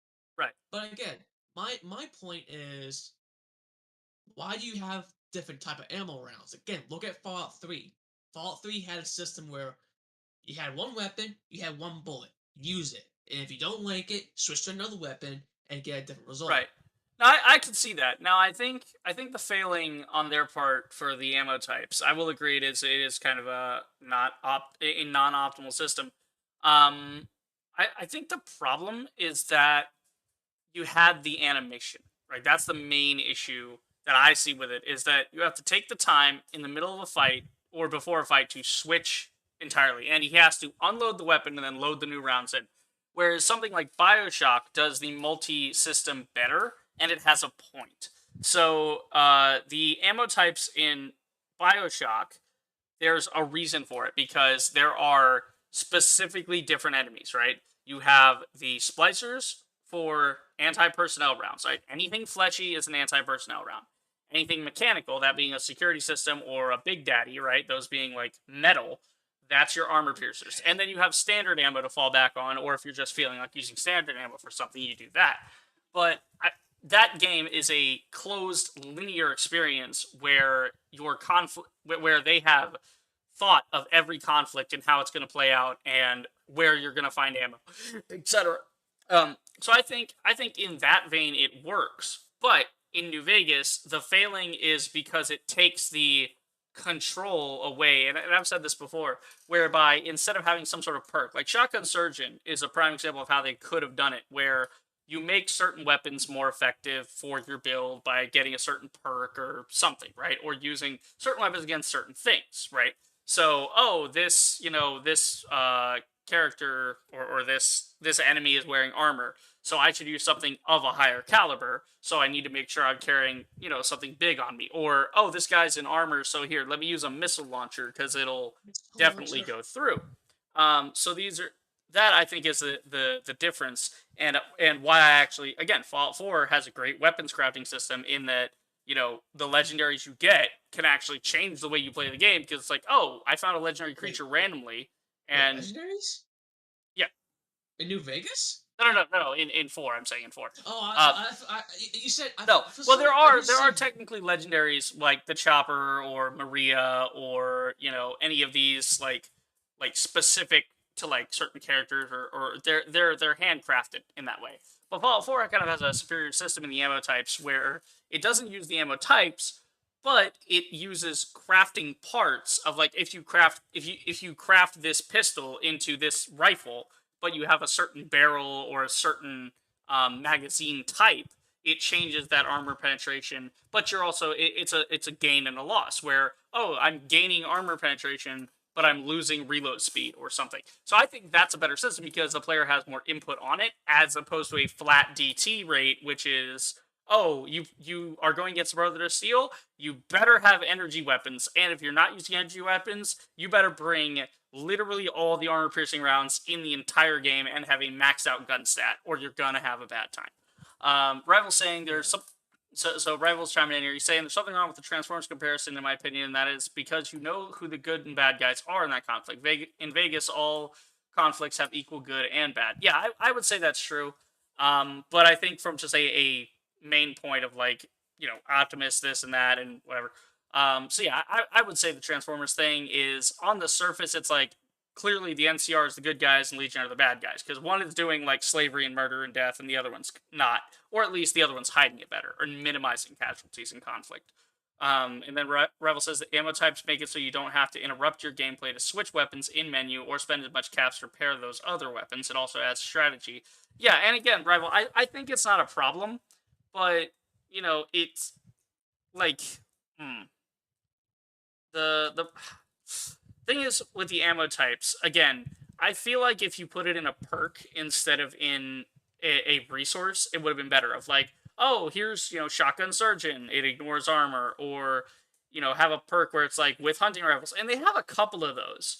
But I feel like there should have been specific ones, like all right, have a perk for like I don't know, call it fucking loaded for bore. So I don't know what the name of it is, but you could call it something like that, and it's like, oh, all rifles will have things, and this could actually play into the build system if you say, oh, all rifle, if you have this gun stat and you have this certain like special, right, like your strength is up or whatever, then then you have the ability, or like your repair is up and your guns is up, which gives you the ability to choose a perk, right? So let's imagine that, where it's like, okay, let's say your repair is 50 and your guns is 50, and if you meet those two prerequisites, then you can unlock a perk that says that all of your rifles thereby do more damage inherently, like a 25% gain in damage, or something like that, or specifics like armored targets, because there's like the Wasteland Purifier, which is all damage you do to like super mutants and ghouls and all that Five is cent 50% increase. better, right? It's a certain increase. So I think it's not so much that the ammo types are bad. I think it would have played better in a perk. And again, we go back to the Skyrim system where you look at the skill tree, you know what skill tree you want to go down, and you use that skill to enhance that skill tree.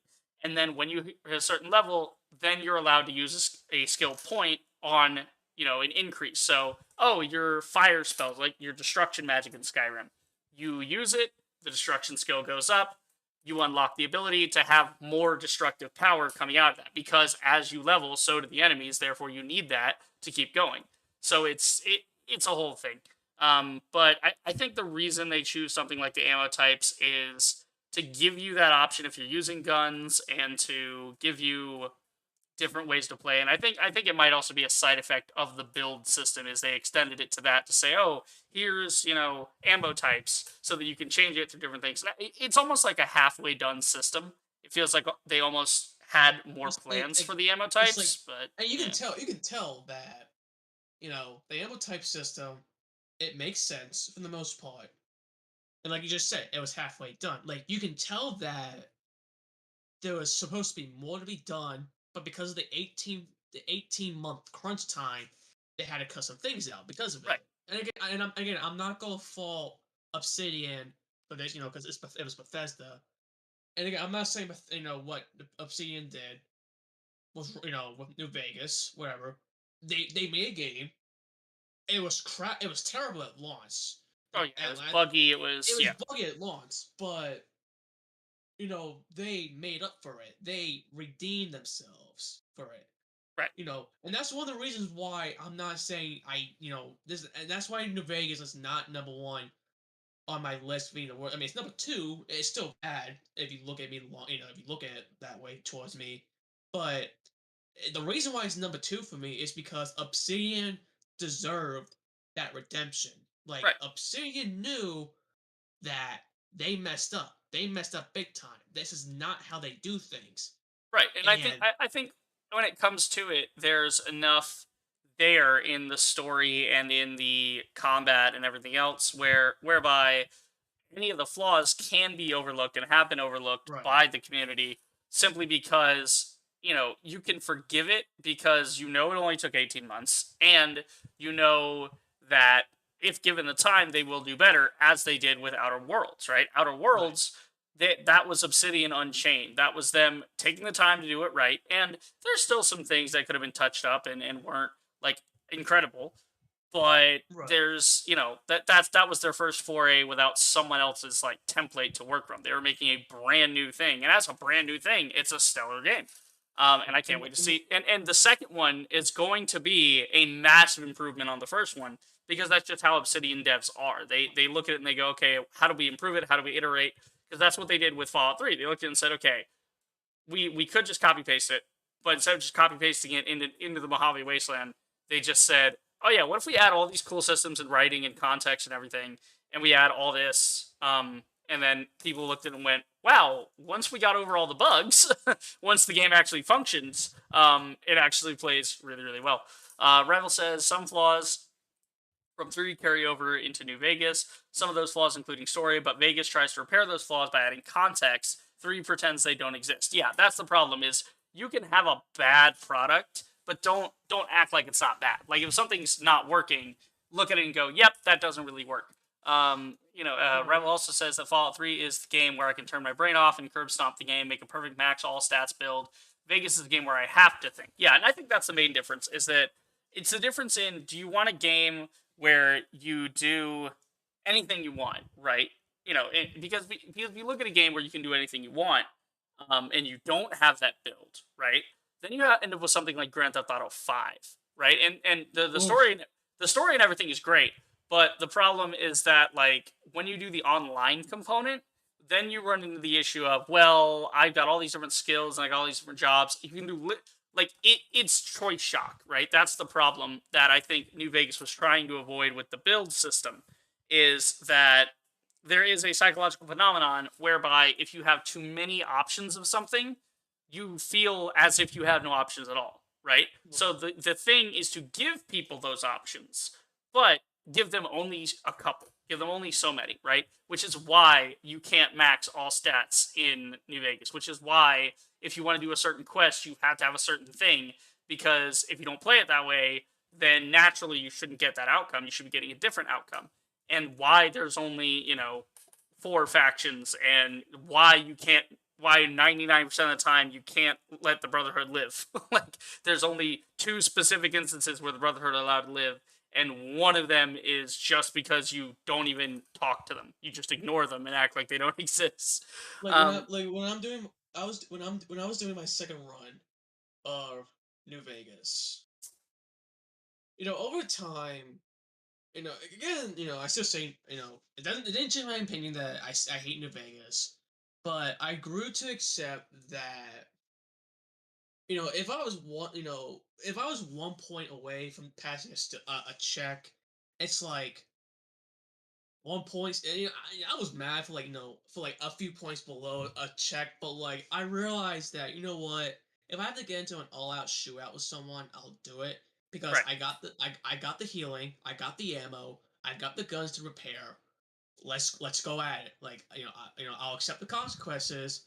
I'm not gonna complain about it too much because again, I'm prepared. Because another thing with Fallout games, I'm always prepared. I always have backup stuff on standby for me. right, But and again, situation, if I'm 1 point behind and I failed the speech check, all right, fine. I'll take the consequences. I'm not gonna save scum and like gain one level to or like use a Right. magazine to get the points I need. No, it's like if I was 1 point off, I'm 1 point off. I'm But not I gonna think complain.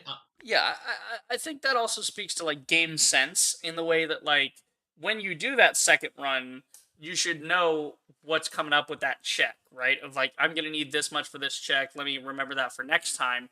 And that way, when you get there, you say, okay, before I talk to this person here, let me put on this, sexy sleeper outfit, which boosts my stats, or let me use this magazine Because to beat somehow that mentats. makes sense. Oh, hey.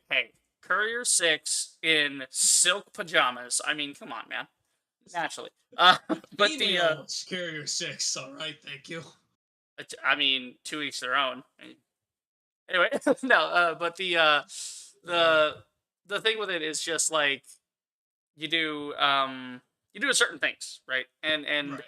it's like, that becomes, not to say it's an issue with the player, but to say that, like, there are certain things you need to remember when doing a second run on things. Like with Outer Worlds, if I go from doing like the good run to the kill everybody run, well, I need to know where can I get certain objects. Like like do I get I can get this weapon from this guy if I kill him, but there's no way to get it other than killing him. So if I do that, then I'm on an evil run. So I'm gonna help these guys instead, and so it informs the kind of run you go with, and I think the major thing that you need to do is be able to immerse yourself into that specific character, which is why Fallout 4 fucking fell so flat for so many people. Because number one, you have the voice protagonist and the cinematic Mass Effect type dialogue wheel nonsense. Like that was completely stupid. But Sarcastic. so it's like you got this crap, and then you've got like on top of that, you have a story you don't really feel invested in. Whereas with New Vegas, it's like, okay, I choose to be this thing. Like when I did the NCR Ranger run, I chose specifically to be an NCR Ranger, and that informed my dialogue choices. Even when there wasn't a skill check involved, it was how would I say it? How would I phrase it? What would I do in this situation? And it's like, oh, an NCR Ranger. Well, I don't have the speech to get the Great Khans, so fuck off. So I'll just kill them at Boulder City. Well, that vilifies me with the Great Khans, which means that later I can't really Yeah, get them on my I side still without that feel. big speech check. So I'm Yeah, I like, still fuck it. feel What would an bad. NCR Ranger do? And I say, you know what? An NCR Ranger wouldn't try to talk to raiders anyway. He would just kill them because they're raiders and they're in the way. So, Yeah, I still feel bad indiscriminate for like murder. I still feel bad in that second stream where like I straight up told you that like oh to talk to the dude in the Boulder City you had to have a skill check in the 30s, Yeah. and then like the And then you moment I got there, it's saw like, oh, it's not. Yeah. it's like oh 45, oh well I must have been the lucky one because again at that point I had like 80s in my Yeah. speech, So it's like, and oh, I'm okay, yeah. like oh I'm so But sorry that's Reaper. again what happens because of my build, because of my role play, the RP part of the RPG. Because I was role playing a ranger, I wasn't going off the beaten path to go kill these wolves over here that would get me more XP, or to do this one side quest that I know about. Right? I was just going through the motions of like, here we do this, we go here, we're done, and it's like, okay, I still at that point had it, but I was putting those points into something else, knowing Right. full well it was probably going to bite me in the ass, but not caring because an NCR Ranger Well, wouldn't rely on that to begin with. well It's give me like you it's like while Cassidy. doing my barbarian run, right? My barbarian run, I maxed intelligence, but I'm not using intelligence to hack computers. I'm choosing not to use that mechanic because a Legion barbarian melee build wouldn't bother with technology. So I'm using it just because the game mechanics dictate that if I want the max amount of skill points per level, I need to have max intelligence. So that's the only reason I even took it. But I'm not using it to solve any of my problems. I'm solving my problems the way the character would solve the problem. And I think that's where it comes from. And that's sort of different in the way of something like The Witcher 3, where the building of that isn't building the personality of Geralt, because that's already there. You're building to combat for Geralt. It's like, how do you approach the situation? What school of do you resist the temptation in Witcher 3 to max Igni and do nothing but Igni? Because Igni is stupid broken in that game, and it's the funnest thing to use. Or do you restrain yourself and you say, you know what, maybe let's use the yield sign or whatever the fuck they call it, where it's like the more defensive option, and do we prepare with oils and whatnot before these fights, or do we just keep hacking and slashing and whacking at the monsters? Do we talk Right. and consider things? Do we redeem the Baron or not? Those are the things that are more interesting, and you don't need a build for them. It's just which way do you want to go with it? What do you want to focus on? And that's it's a shame that CD Projekt Red fumbled it so hard with Cyberpunk. So maybe in a couple years when modders fix the fucking game and it becomes playable, I'll hop Now in that on we that. But now that we talked about discussed somewhat touched upon New Vegas for us, do you want to go into DLCs? Like, you want me to explain the DLCs and why, whatever about them, yeah, or because do you I, want to go? I I understand there's Lonesome So the Road and there's Lonesome Sierra Madre, right? there's four DLCs. Right. There's Lonesome World, Lonesome Road, Thank you Yeah. very much, Spring. Sierra Madre, Honest Hearts, Blue Worlds. So Old War Blues. Yeah. Old World Blues, yeah. So the problem is for these DLCs is the problem with these DLCs when you go to the locations for them, because when you leave Doc Mitchell's house, Right. you get all these notifications telling you, oh, you gain +5 levels to your maximum level, and there's a radio broadcast you gotta follow for Right. some reason. Right. So if you want to do this in order, because I think Honest Hearts was the first DLC to come out. The problem with Honest Hearts right off the bat is it's a roleplay DLC. And what I mean by roleplay DLC is that you get to the starting area, the starting where you need to go to start Honest Hearts. And you talk to the caravan leader, Right. and he straight up says to you, "Oh, if you don't have a weight limit of 100 or below, you can't join us." And it's like, why? Like, why do I need to be? I mean, I know in a roleplay sense, you're traveling all these miles, but Right. why should that concern you? Like, and the only way you can convince him to do a hunt. So there's a strength check, a melee check you need to do, where it's basically instead of carrying 100 of your weight, you can carry 125 of your weight. Right. So you get 25 additional weight, but again, you're carrying all this armor and weapons on you. It's gonna be past that limit. And it's like, well, look, seriously? Like, are you serious? And then the DLC itself, right? It's literally so the whole point of Honest Hearts is Joshua Graham, a quote unquote disgraced member of Caesar's Legion. He was supposed to be killed off by Caesar by Mm. being burned alive, Right. but somehow Graham survived that. He survived the fall in the canyon. Well, yeah, because the fire within burned hotter than the fire around him. Right. Yeah. No, seriously, that's what they say in that Yeah. No, DLC. no, I'm I'm not even aware. Yeah, joking. no, it's literally his justification. He was protected The by whole point, God. Anyway. yes, Yeah. the whole point of that DLC is that Graham wants to kill everything in his path. Meanwhile, you Hmm. have the other courier. I can't remember his name. He has a cowboy Ulysses. Yeah. hat. No, not Or not not? not Not Ulysses. Ulysses. Oh, Ulysses is Lonesome Road. right. The dude in the cowboy. I call him dude in the cowboy hat in I have no Honest idea. Hearts. Not Joshua. Whatever his name was. The other courier that survived. He wants to help the White Legs, the natives essentially, Uh, leave the canyon. And why? here's the thing, right? No matter which side, no matter if you choose the other courier or Joshua, you know what happens at the end of Honest Hearts? Hmm. Joshua always has the leader of the rival tribe tied up, and you have to have a speech check of 100 to convince Joshua to not kill the dude. Okay.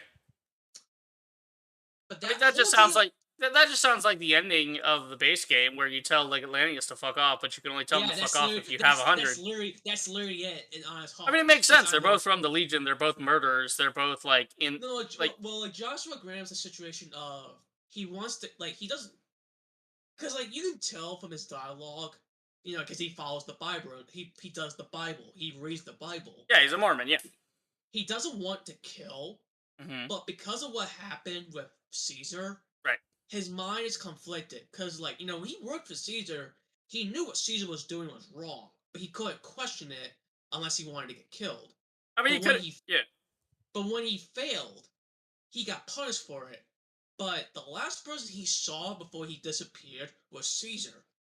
Right. So he's in his head, he's because again the Bible and everything for him, he doesn't want to kill, but he wants to pure the world of evil. Essentially, he Yes. wants to make the world a livable place. What Yes. he's doing, though, what he doesn't realize, though, is that what he's doing is wrong. Now he can acknowledge it. He does say what he's doing is wrong. However, though,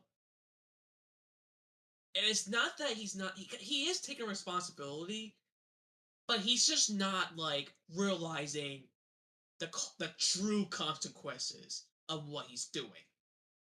Like he knows, but because of what he's been through, that's not it's not clicking to his head entirely. Right. I mean, So I there's can a see that, but at the same time, it's it's yeah.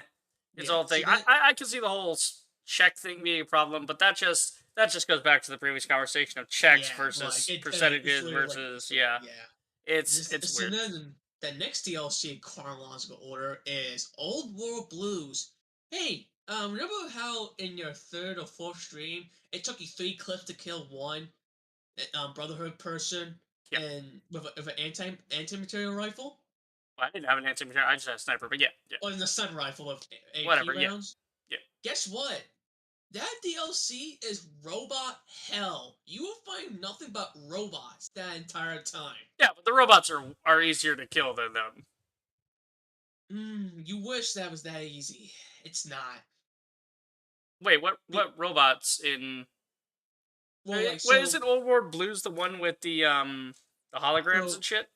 yes, it is. But Oh. his thing though, you are fighting robotic rat scorpions, robotic humans that have axes that can cut your health down to half. You Mm. have you have not protectrons, the not the assaultrons. Um, the robots with brains. What were the Oh, names called? Robo Brains. Robo Yeah, brains. they're really what's the robotic brain called? It's a Robo No, Brain. no, to be honest though, like you really haven't seen them in the Fallout universe, so Yeah, it's like, they're not around that yeah, much. so Yeah, yeah, like me saying robot bullying, that should have been an indication for me, but again, yeah, I really haven't seen them, so like I don't even right. know the name. And then you have robotic dogs. Guess what? You are going through so much AP rounds in that DLC. It's not even funny. And the other thing Well, too is see, that it hold on. So I'm gonna have to argue something here. So I feel like the DLC is not meant to be played at certain levels. It's meant to be like as it's meant to be more traditional DLC in the way that something like in The Witcher 3 you have the Blood and Wine DLC or whatever they call it, where it's like a full story expansion, but it's completely side content. But again, right. there's a certain check And I'm on not your saying level. And yeah. I think what you might what like that's probably why with the whole like strength check and everything is you're not supposed to be going to those places unless your character is max. That's why they give you the additional levels with each of the Yeah. DLCs to be like And you like, need I'm here's not a couple more saying levels so you can level up to get the points that you know you're gonna need. right, and the other things though, like you can do these DLCs wherever. They're not required to do well, except for Lonesome Road. Because if you think about Lonesome Road, it makes sense to Mm, do it after the main story yes, because of what happens in Lonesome Road. Everything yes. else beforehand, yes, you can do whatever you want with them too.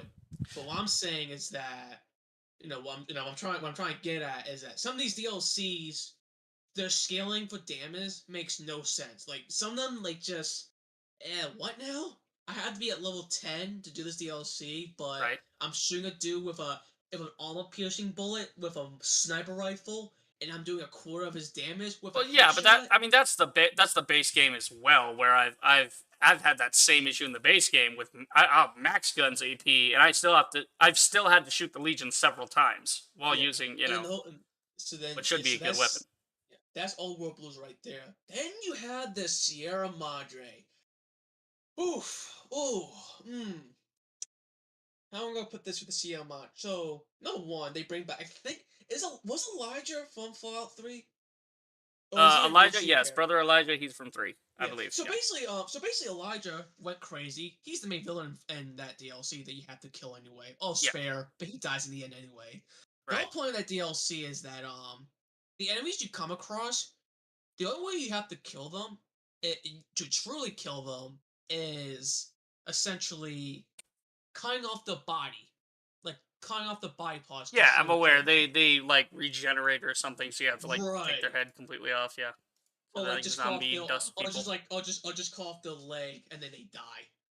And the whole thing of that DLC is that you are running around in close quarters, like that in the outside, like the village or the city outside the casino. Right. It's it's close quarters, and you literally are fighting enemy after enemy, essentially going through a poisonous mist. If you risk it and you want to take the health damage, Right. that's it. So Revel's clarifying here that Elijah's actually not from 3. He's mentioned in the base game by Veronica. So that's where Elijah comes from, I Yeah. Okay. guess. Yeah. Yeah. Yeah. Yeah. I always, because again, those Elijah is always that character, because I thought he was in Fallout 3 too, but I was told that it was otherwise. But like again, when I play, and I've been playing the Fallout games for a bit now, so I always get some characters mixed up. So thank you for Yeah, the clarification. it's Yeah, so thank you for the clarification. Again, the whole Sierra Madre thing is that you have a shoot mirror called Dog slash God. yeah, That's a dog gang. creative Yeah. that's a creative name right there. Whereas like he's gonna betray you. Then you have not Deacon, the ghoul who's named after a famous person in real life with the shades and the tuxedo. Can't remember his Oh, name. Dean Domino. Dean Domino. He betrays you in the end. Well, And yeah, then you have the only person that that's doesn't Vegas, betray baby. you. Yeah, well, yeah, it's Vegas. But like the only person that doesn't betray you is Veronica's former lover.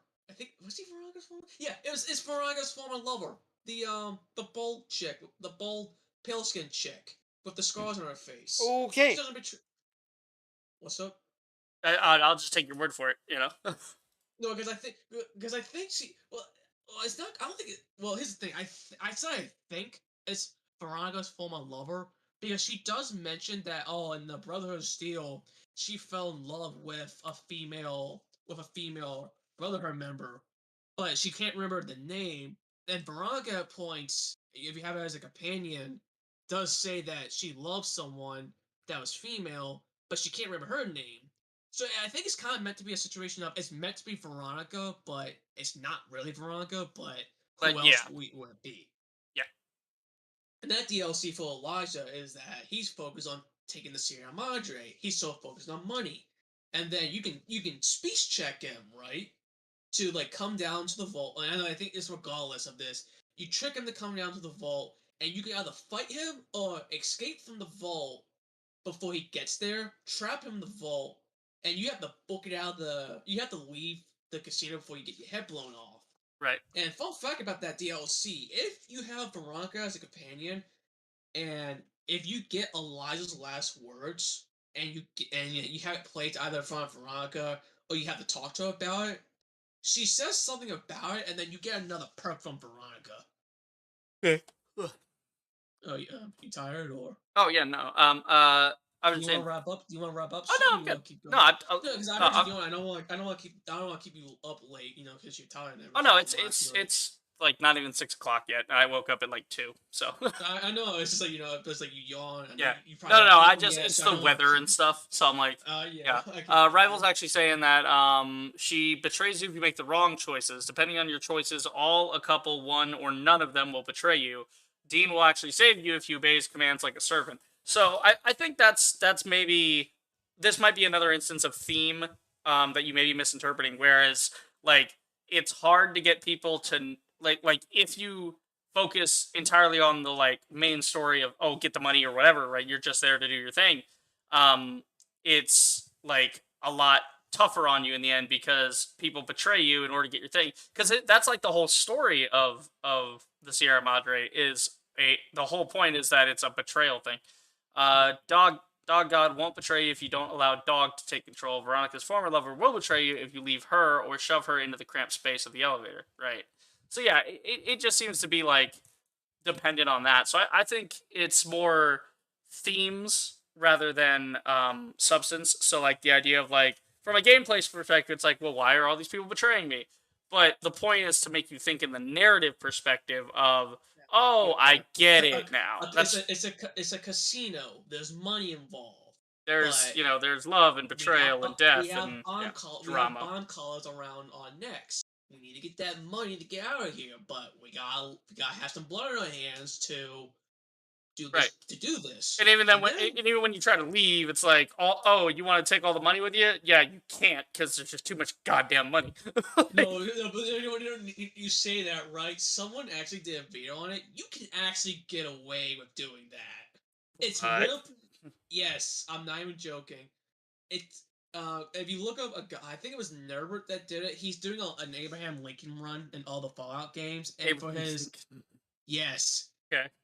he did this. He did the Abraham Lincoln run where he did the Sierra Madre and he took the gold. He was able to walk out of that DLC with all the gold in his pocket. I'm not joking when I say that. He did that in his run.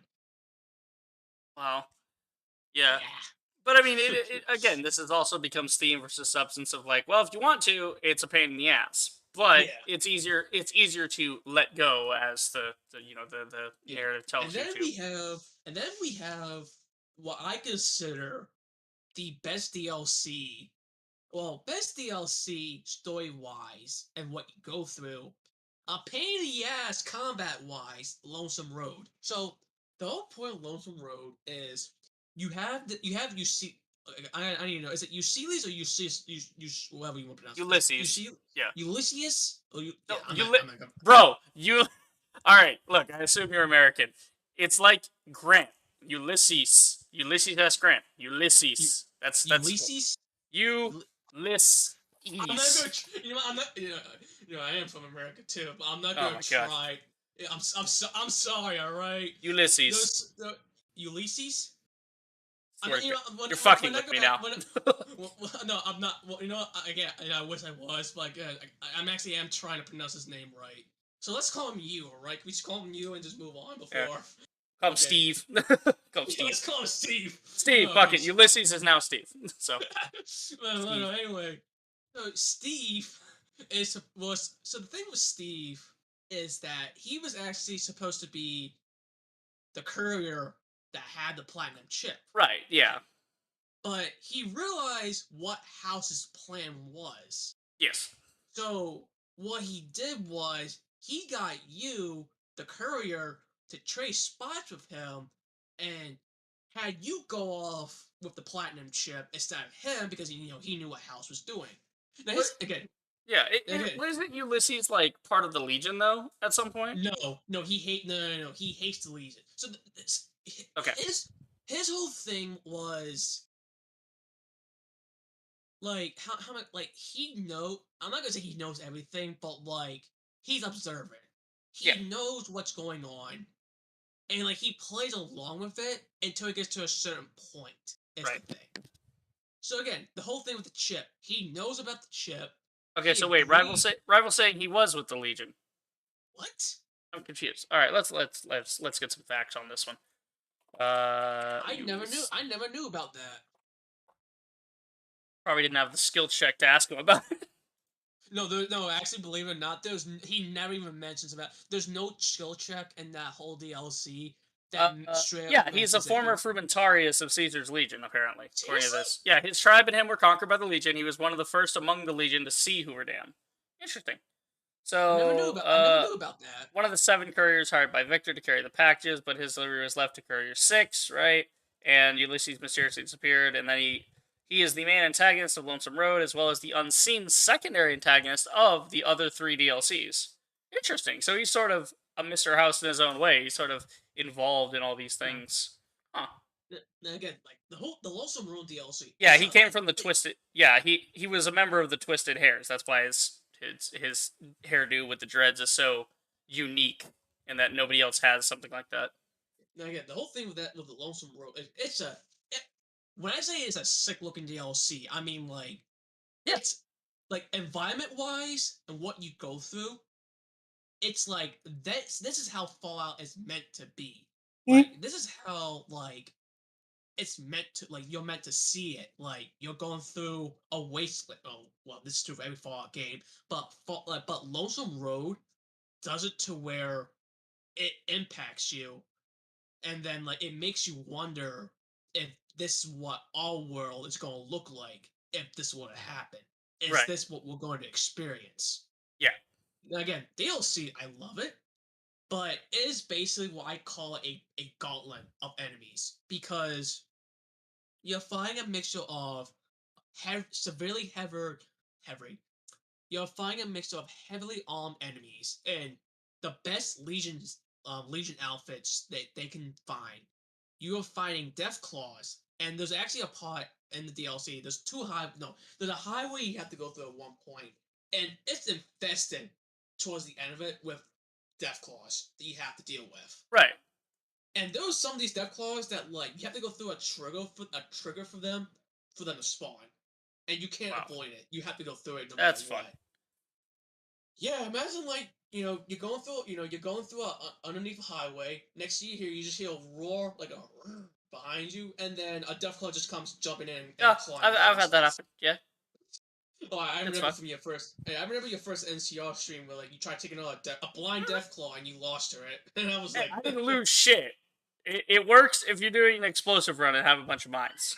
I mean, Or I'm just you're using saying. So the thing is, I wasn't using VATS. If I was using VATS, I could have just put all damage into his leg, and then once they No, lose a leg, then it's like, oh, okay, now it's like no, no, they can't no. do I shit. will say that. No, I will say that you did come close with the leg at times. You did come close Yeah. in that stream, but like he kept coming after you. But besides, but not getting off topic. Let's see. There's that. You have the Well, Rival says that the point of Lonesome Road is to suffer through the actions of the courier. Before the courier was shot in the head, they were their own character.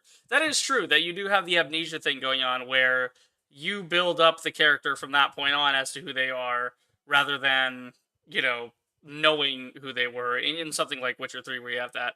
Rival also said the Divide was created by the courier after certain delivery to the Divide's town. You're basically forcing the courier to confront the forgotten sins of their forgotten past.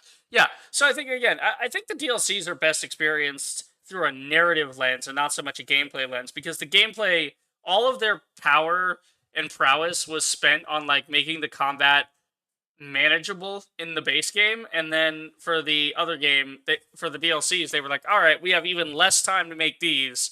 We'll just take whatever the fuck we can and throw it in there, and we'll call it a day.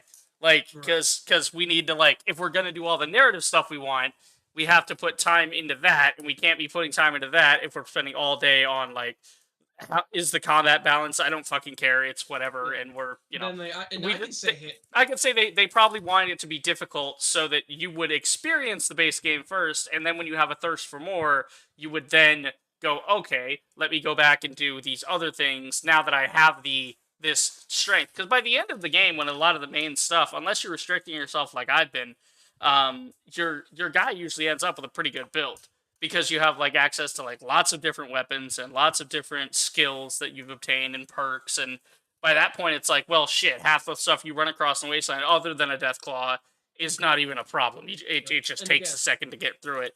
And then but then that's why they put a bunch of death claws and stalkers and ghouls and all that shit in Lonesome Road, or all the robots in Sierra Madre. They want to humble the player again to where you feel tension again, because that tension is alleviated when you hit max level. It's like, well, they have a. Here we are. yeah. But the other thing too is that, and I can say hands down, Eucides is the best character in the Fallout series. Like, Oh yeah, hands Lucid's down, fantastic. Yeah. is like his besides the outfit, his voice. It's just you hear his voice, and it's just like, holy shit! Like that's actually I could picture that voice in my head for what he looks like. Like, and you can tell that whoever played him knew how to act him out. Yeah. Is he's? Cause Let's like, see. I feel like I know who voiced him, but I don't know. Like I need to go hear him real quick. Let's. did you ever did you see Transformers Armada growing up? Transformers Armada. The Cartoon Network anime. No, I'm not sure I've seen that one. No, I was going to say Yeah. because he did voice the voice actor that did you see voiced a robot in Armada who was supposed to be with a Unicron, a white robot who Yeah. was who was a spy for both the Autobots and the Right. Decepticons. I'm just checking. News. Butcher.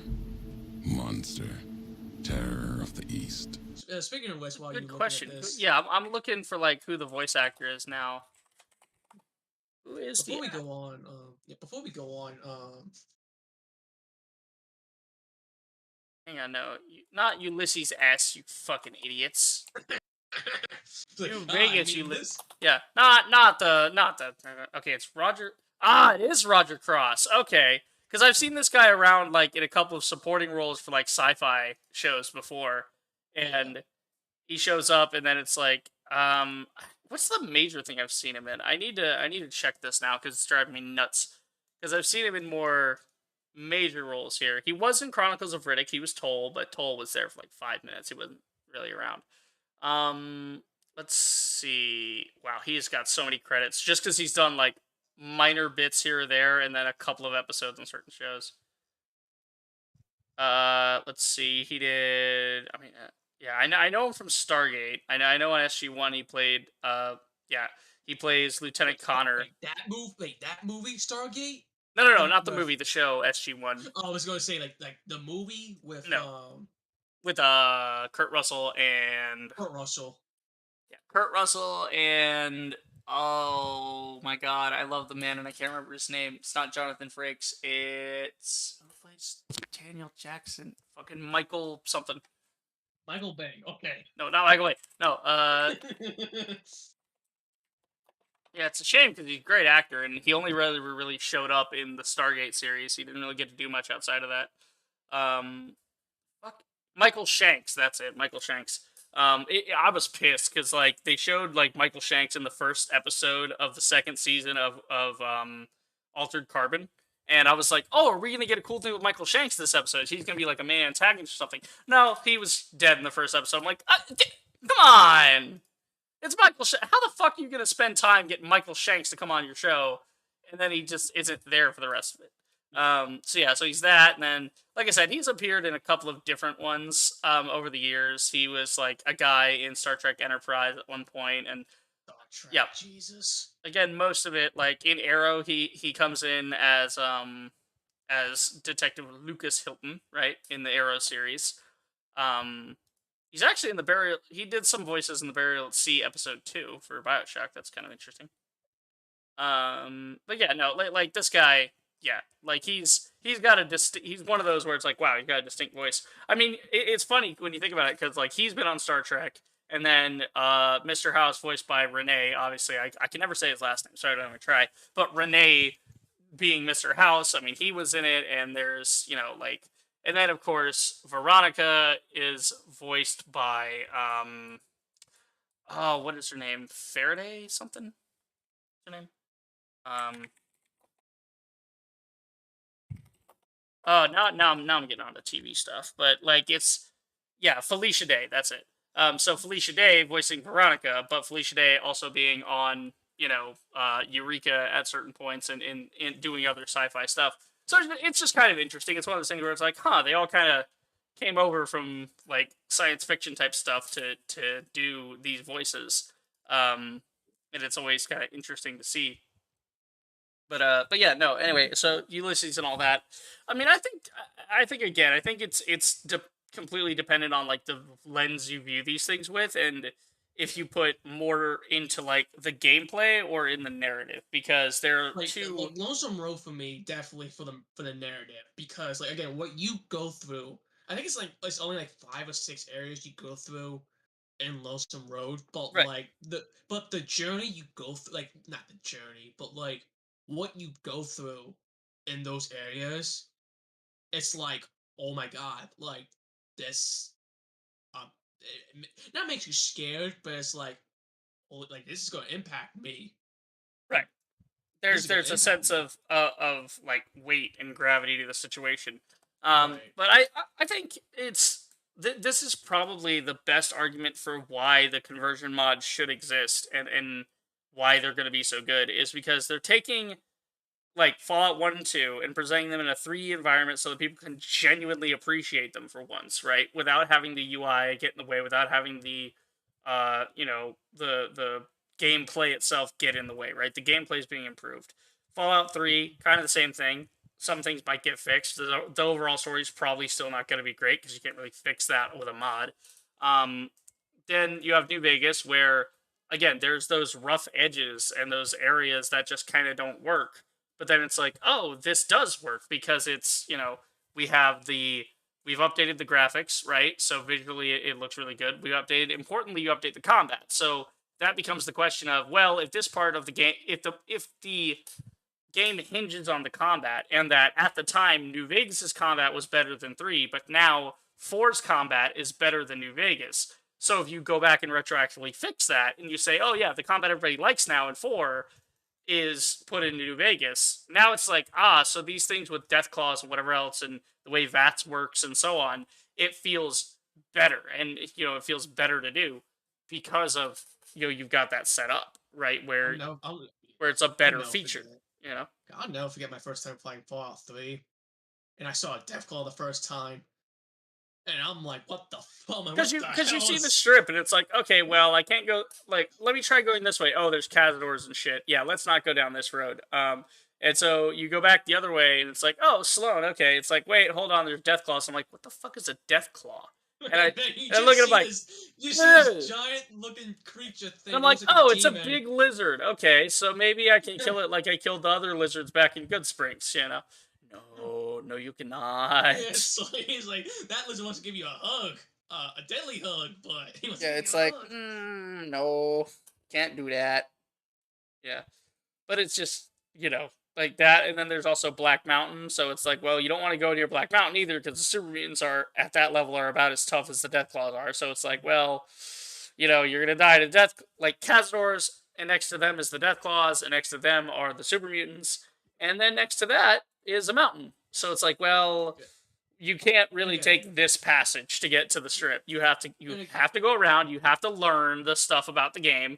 And then once you get to the strip, the game opens up, and it's like, oh, now I can double back to these areas where I know more things, so I can go do these side missions, or I can go explore these areas because I understand the mechanics.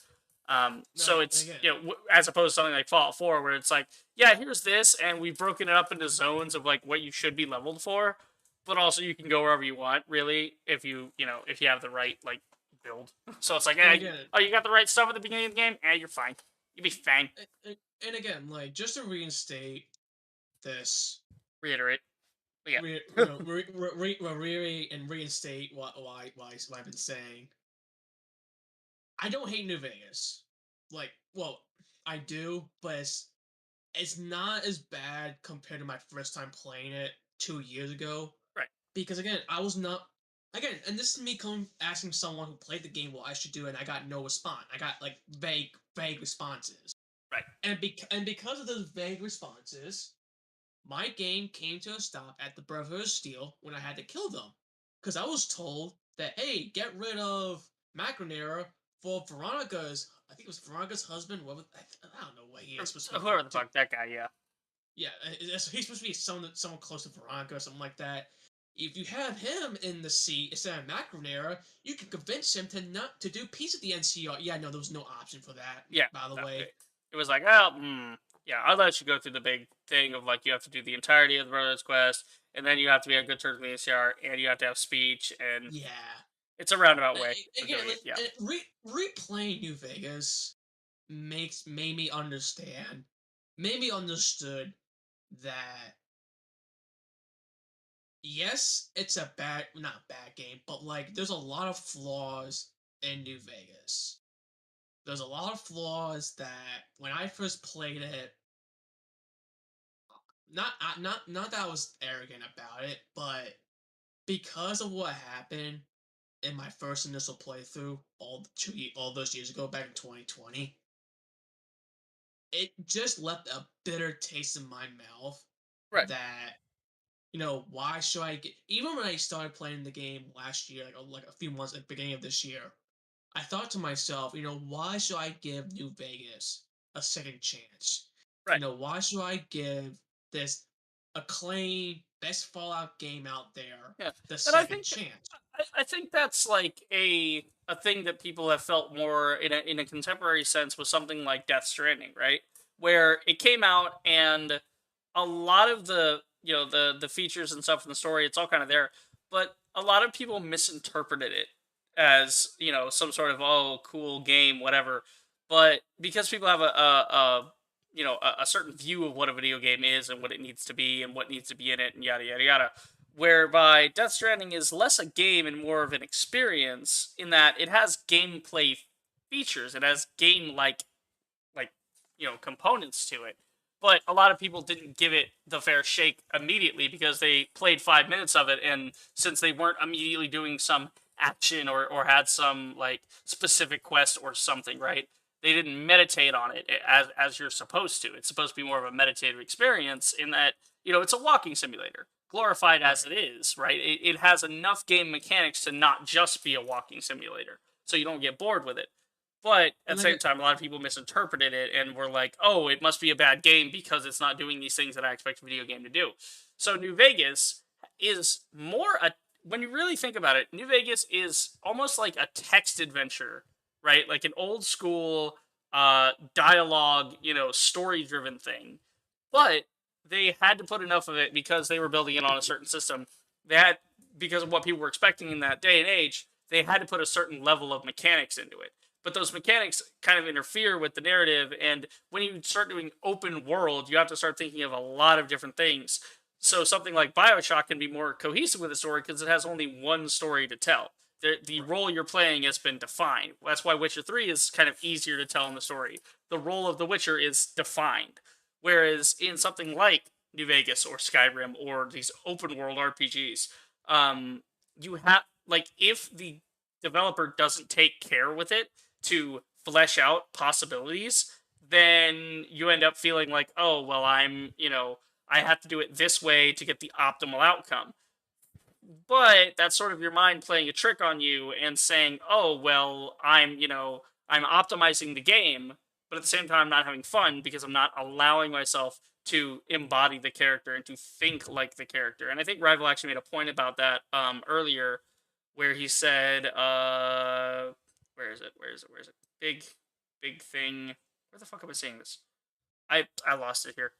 Yeah, I, I've lost it, but I realized like I remember Rival said something earlier about like you know he thinks that you're like misinterpreting Fallout 3 in that way.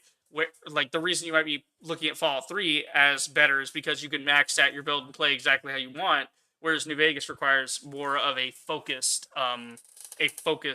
like effort and a it, specific immersion into a character and into a thought process of right. if I play like this, I need these skills, and I'm only going to be using these skills, and Well, that that's makes the game because more fun because you're adding creative restrictions to yourself, which then creates emergent gameplay, right? well, that was Which because yeah, that was because back then Fallout 3, because back then I started with 76. God rest my soul. yeah, no, I'm sorry. Yeah, I know, and that was the first game my friend convinced me to buy. By the mm. way, Yeah, no, I bought it as well before they decided to go the free to play thing, you know. yeah, But at the same time, I but knew what I was getting into. I knew yeah, exactly what it was, but and it was enough but for me. my first true Fallout game was Fallout 3. Mm. And when I played it, as we discussed earlier, I enjoyed Fallout 3. Like again, I have some nitpicks here and there with Fallout 3, but at the end of the day, for Fallout 3, for me, I enjoyed it. I liked it because of the fact that, you know, like it basically, compared to New Vegas, every Fallout game gives you the opportunity, well, except for Fallout 1 and 2, every Fallout game gives you the opportunity to explore your surroundings. Right. Fallout 3 does it to where, so the Enclave, right, when you first meet them the first time, you're supposed to encounter them at that point, hypothetically between levels 5 and 10. So let's say like level 20, which is base max level back then before the DLCs, and you're killing these guys in one shot. That's not because that's not because of the fact that, oh well, you leveled up your skills. No, it's because you've been leveling up so much that the enemies, like the hunting rifle and all that, they're going down like flies because of the fact that they're meant to be countered at a low level. Right. And again, Fallout 3 does Fallout 3 does the thing of it it doesn't punish you severely. It doesn't punish you severely for going off the beaten path and doing side stuff. For all intents and purposes, if you want to beeline the story of Fallout 3, you can beat Fallout 3 at around level 10 or so. and there will be little to no consequence whatsoever about it. Right. Now that's on you. That's number one. If you don't want to enjoy the story, but again, there's just so much to do in Fallout 3 that's like, well, I want to do the story, but I want, I see this tower off in the distance, Mm. and it's a location. What's so important about about this tower that I'm not aware of? Oh, like, there's a Deathclaw city right in front of me. What makes this place so special? I want to Right. explore. I mean, I'm gonna die a lot, but what makes this city so special that people have dubbed it Deathclaw City? Right. And again, my first playthrough in New Vegas, I will admit right now, I was me saying harsh is putting it too politely, but I was harsh with New Vegas Right. my first time. Well, I think the major issue we are having here is that Fallout 3 was made so that you could explore anything you want, right? Which Right. is good. And Is the what same you could be, essentially well, and the same can be it's said about New essentially what you Vegas. want out of an open world, right? Is you Right. want to be able to go to certain things and do certain things. However, New Vegas was more handcrafted in the way that, like, okay, this thing you really shouldn't be coming to at this level or with these weapons, or you're going to have a bad time. The reason for that being so that you can see these locations, right, and realize, hey, what's Vault 34? Oh, there's radiation and shit here. I should probably not be here. Or, hey, here's this place called, Deathclaw Valley, or here's Black Mountain full of super mutants. Yeah, maybe my level 5 character shouldn't be going there yet. It's the same thing that happens in Skyrim, actually, where there are certain dungeons in certain areas, like, you cannot go up, like, doing like the throw of the world thing and going up the mountain. There's like frost giants and spiders and shit in the way, right? And so you have to wait until a certain point. You have to explore a little more, and it's not like you go to the main quest in Skyrim anyway. The main quest in Skyrim is like the main quest is actually a side quest because there's so many side quests to do. You end up doing those for the majority of the game. It's like most gameplay is that. Like the main quest is actually quite boring compared to the side quests, just because it's cool to explore the whole world and do side quests. But there's certain areas you just simply should not be going to in those worlds, and I think that's what it is. Is like, okay, if you know what you're doing, you could go there at a certain level, and you can, like, okay, well, I know what to do against this thing because I've encountered this before at a different level in a different run. So I know what to do here because I know the trick the game's trying to play on me or the trap it's trying to lay.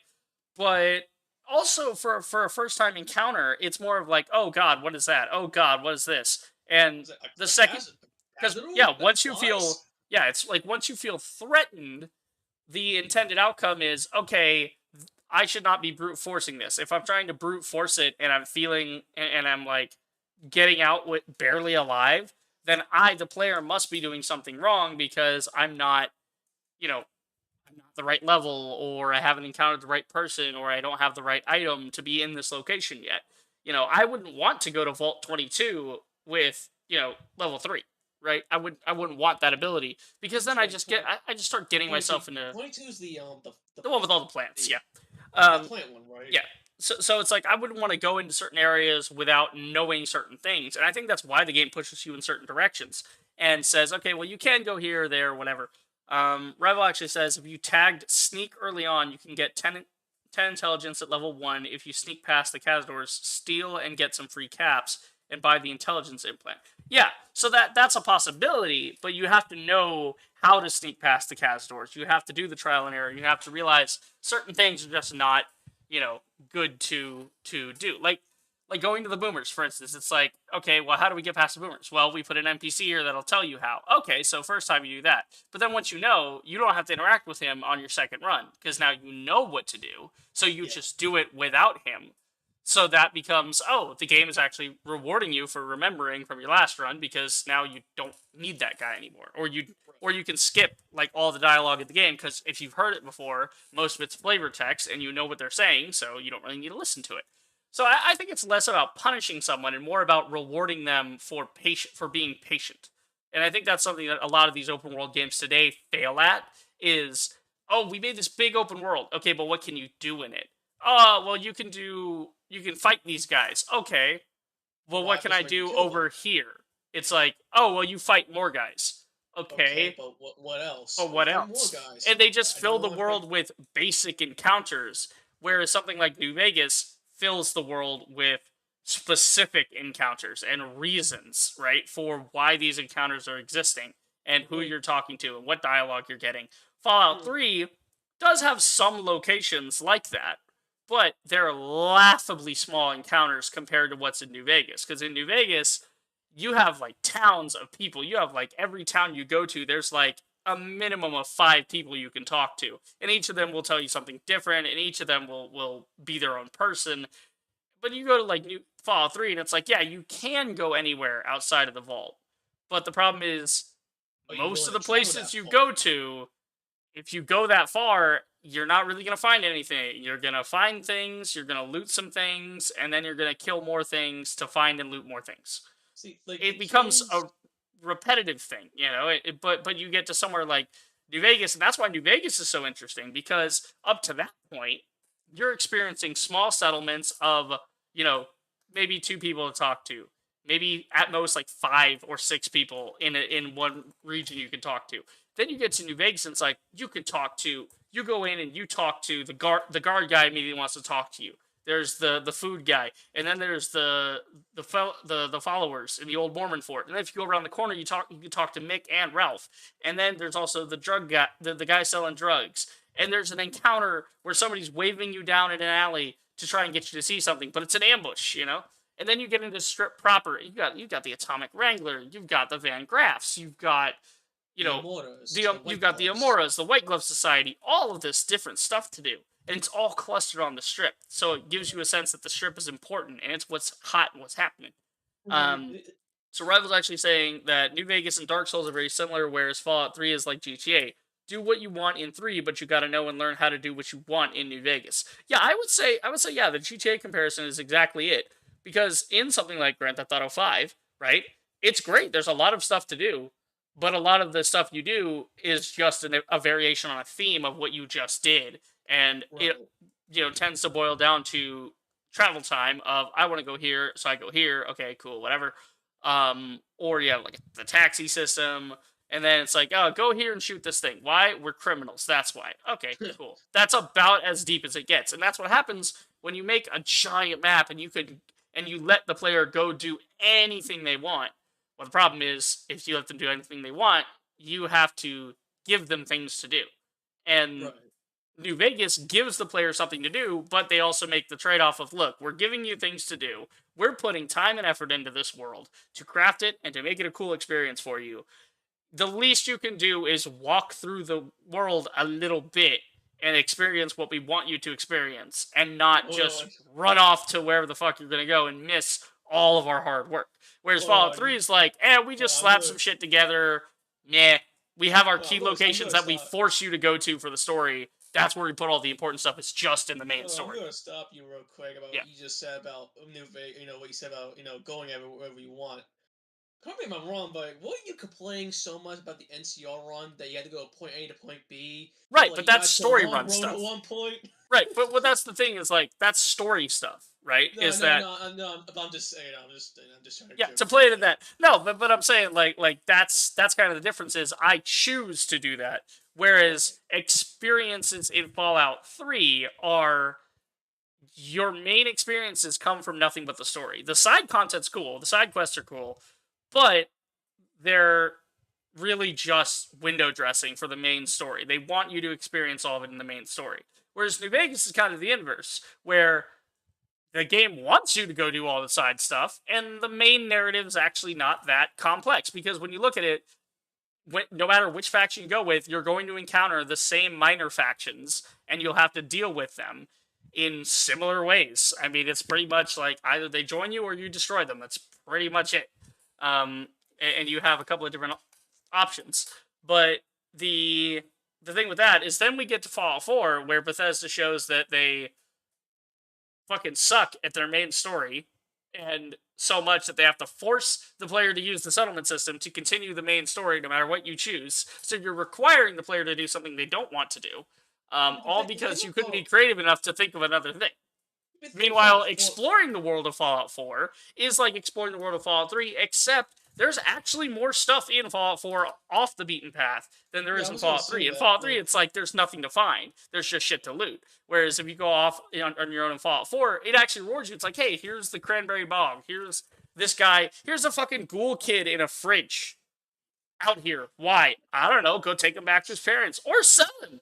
That's cool stuff. That's what Bethesda needs to lean into. What? Yeah, sell the ghoul child. Again, Fallout 4. Exploratory stuff.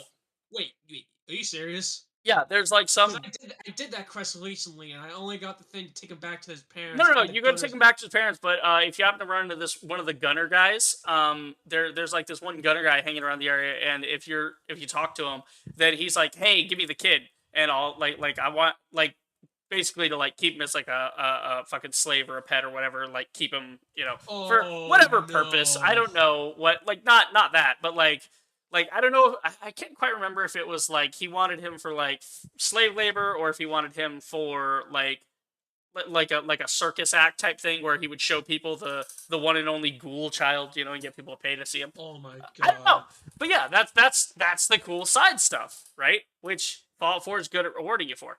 Let's see. Revel says, also, if you don't like a certain playstyle in New Vegas, go to another faction, do a different build. 3, on the other hand, basically gives you the same run no matter what.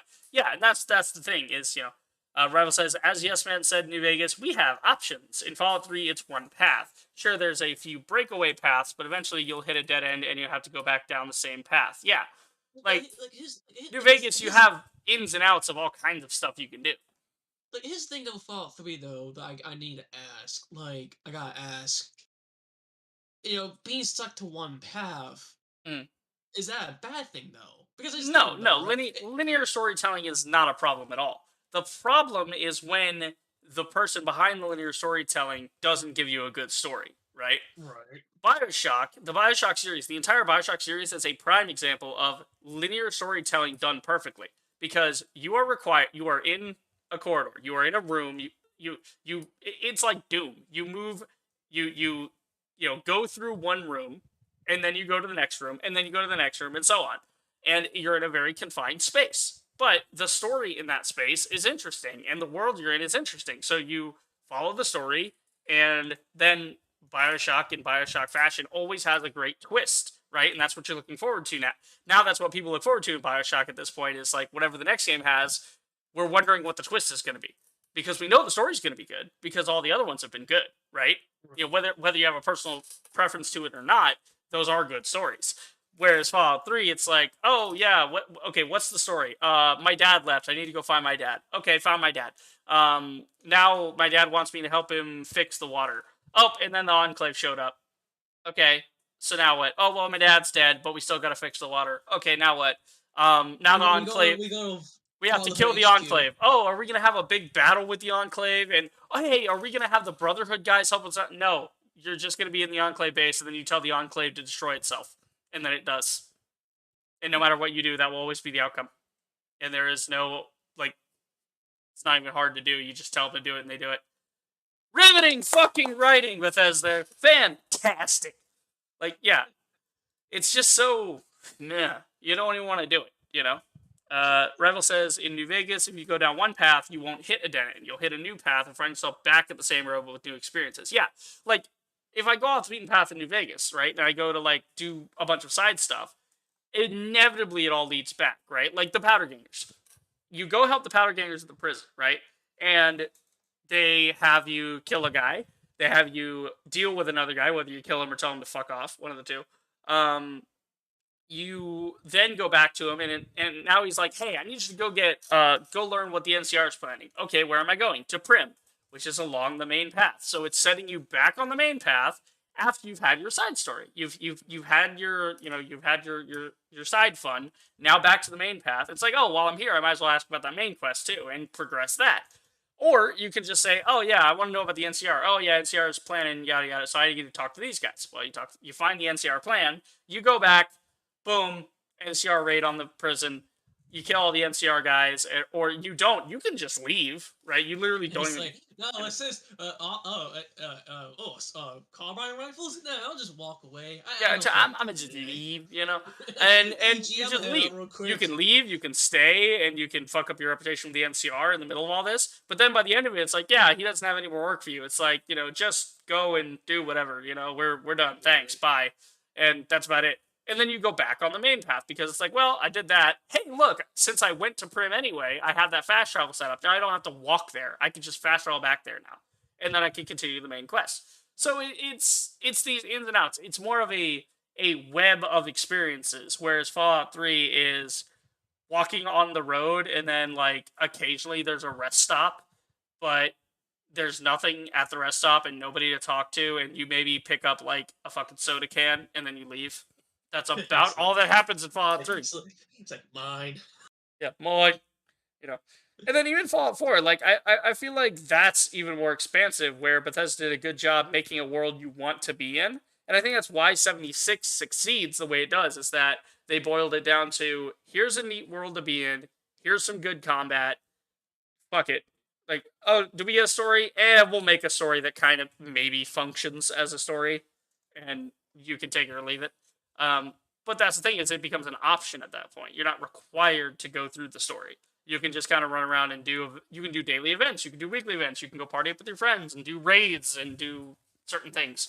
You can do all that stuff, which is the multiplayer component. But then 4 is like, hey, go on the side quest. It's like, well, I did all the side stuff. Oh, well, guess you have to go do the shitty main quest now. No, it's like another settlement needs your help. Oh no. It's like, oh, god damn it, Preston. It's like, Preston, I'm gonna strangle you.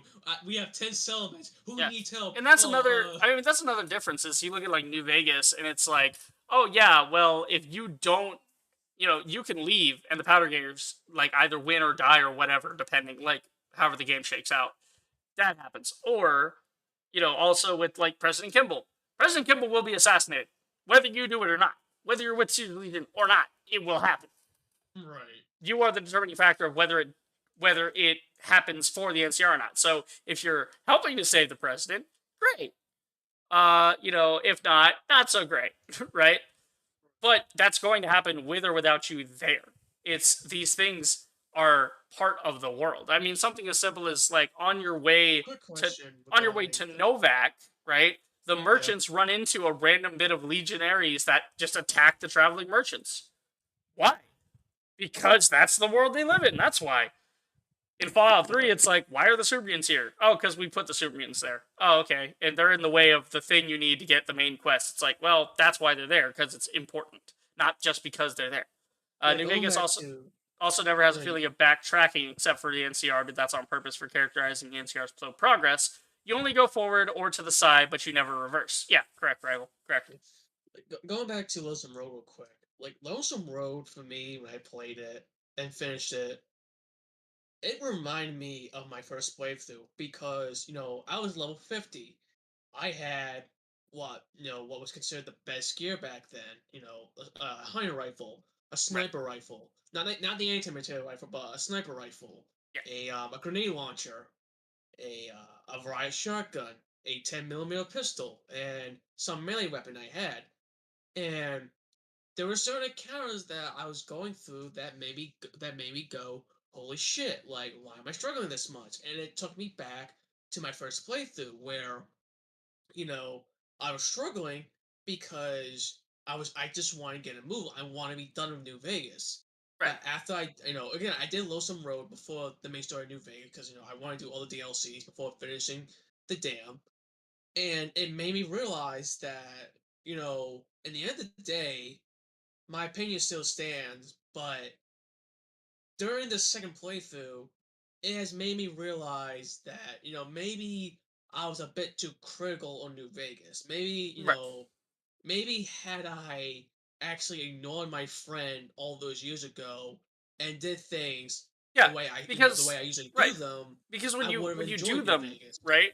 Like when you do it like that and you think of it as like, oh, I want to get through the story, like, okay, in something like The Witcher 3 or BioShock, it's like, you want to get through the story, fine. Get through the story. You're there for the story. Great, cool, wonderful. But something like New Vegas, I mean, it's meant to be like it is the journey, not the destination. That's the thing that Bethesda fails at currently with their RPGs, right? That's why Fallout 4 sucks, right? That's why that's probably Mm, why fucking Elder Scrolls 6 is taking forever, is because they're having to seriously look at it and go, okay, if we fuck this up, we will be a laughing stock. Fallout's already dead. People already hate us for Fallout. We cannot fuck up Skyrim, or Bethesda as we know it will basically be gone because they will have no point to exist. It's like, well, people don't like Fallout, people don't like Elder Scrolls. Well, what do you have left? Fucking nothing. That's what. So it's like they they keep failing at like. That's what you didn't understand about Fallout 4. Fallout 4, it was this. It was basically the same concept as Fallout 3. Someone is missing. Leave your vault and go find them. Oh, you found them. Okay. Now there's an evil organization. There you go. That's about it. Like, that's about all that happens in that. And it's like, go, go, go, get to the thing, get to the thing, get to the thing. It's like, no, no, no. Take your time. Explore the Commonwealth. Okay? Enjoy it. Take the moment. enjoy it while you still can Yeah. before you move on. Stop and smell the roses, because when you finish the game with how bad that story is, you won't want to do another run because you'll be like, oh god, I have to do this again. It's like, oh shit, not this. Yeah, that's why New Vegas, you only really do the NCR run once, and Oh, trust me. never that's what wanna I'm do gonna it be again. doing. like because everybody gives you lip and you just want to murder things. It's like, you know what? Fuck it. It's easier. I'm just gonna murder everybody. It's like, oh, like, Cam McGarren needs help. Who the hell are you to tell me what to do, motherfucker? Like, Yeah. Yeah, it's like, um, Karen needs help. Well, then you guys should probably do your fucking job because you're the NCR, not me. Goodbye. But that's another reason that Fallout 4 fucking blows. It's like, oh, another settlement needs your help. No, Preston, you go help them. You're the Minutemen. Explain to me how the only entrance to this settlement is filled to the brim of turrets, and somehow someone got through my line of turrets. Explain that to me. Yeah, No, exactly. Someone needs your help. Exactly. God, it's fucking horrendous. I mean, it's funny at times. It's real No, funny. yeah, it's funny, but it's also horrendous. But yeah, I don't know. I think we've covered the topic thoroughly at this point. We're just sort of we fleshed it out. Yeah, but I do, before I head out, I do want to thank you for taking the time to discuss. Yeah, like I said, Fallout New Vegas. I understand that people who are watching this or who are watching the playback. I want to say this right now. I do apologize for what I said about New Vegas. Yeah. If you watched the video up to this point, if you want to disagree with me and curse me out and everything, we will not be burning Sap at the stake. Okay. We will be hanging him for his crimes. Anyway. Vegas better, but no. Yeah, in the name of New Vegas, we just like cut your head off, big execution style. Like you're literally the Dragonborn in Skyrim right now. You're the guy in Skyrim, before the Dragonborn. My ancestors are smiling at me. he just takes it to the head. Yeah, but but like I said, to reiterate, back in 2020, because I was trying to get into Fallout, and New Vegas, I was told that New Vegas was the best Fallout game out there. But when I played it, again, I was being given vague answers. I was constantly being screwed over by the game because of stuff that I was doing right, but I was getting punished for no reason. And it just left a bad taste in my mouth that, when back in 2020, I said that New Vegas was the worst game out there. Shun me, kill, whatever you want to do with me, just do it because I don't care. My opinion still stands. Right. However, a year or so ago, and before I stopped playing New Vegas because new games at the time for whatever.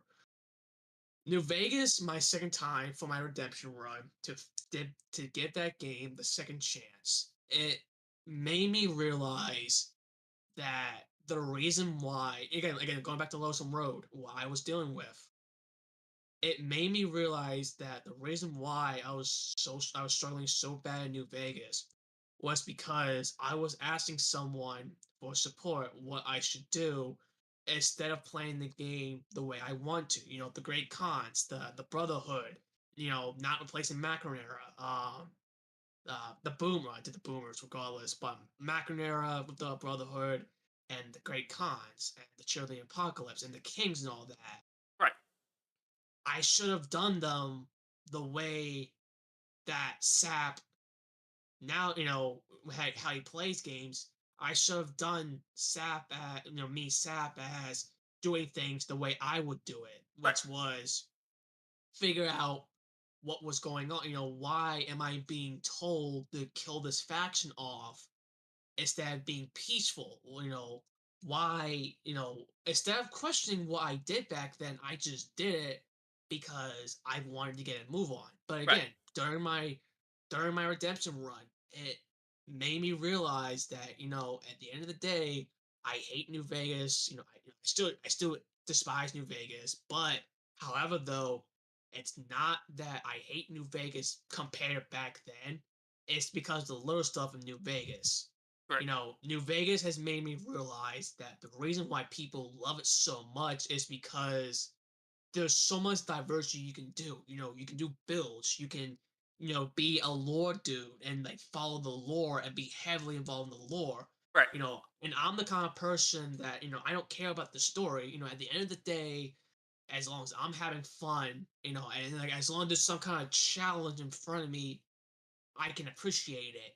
And again, during my second run, it made me realize that, all this time during my first run through, I was having fun.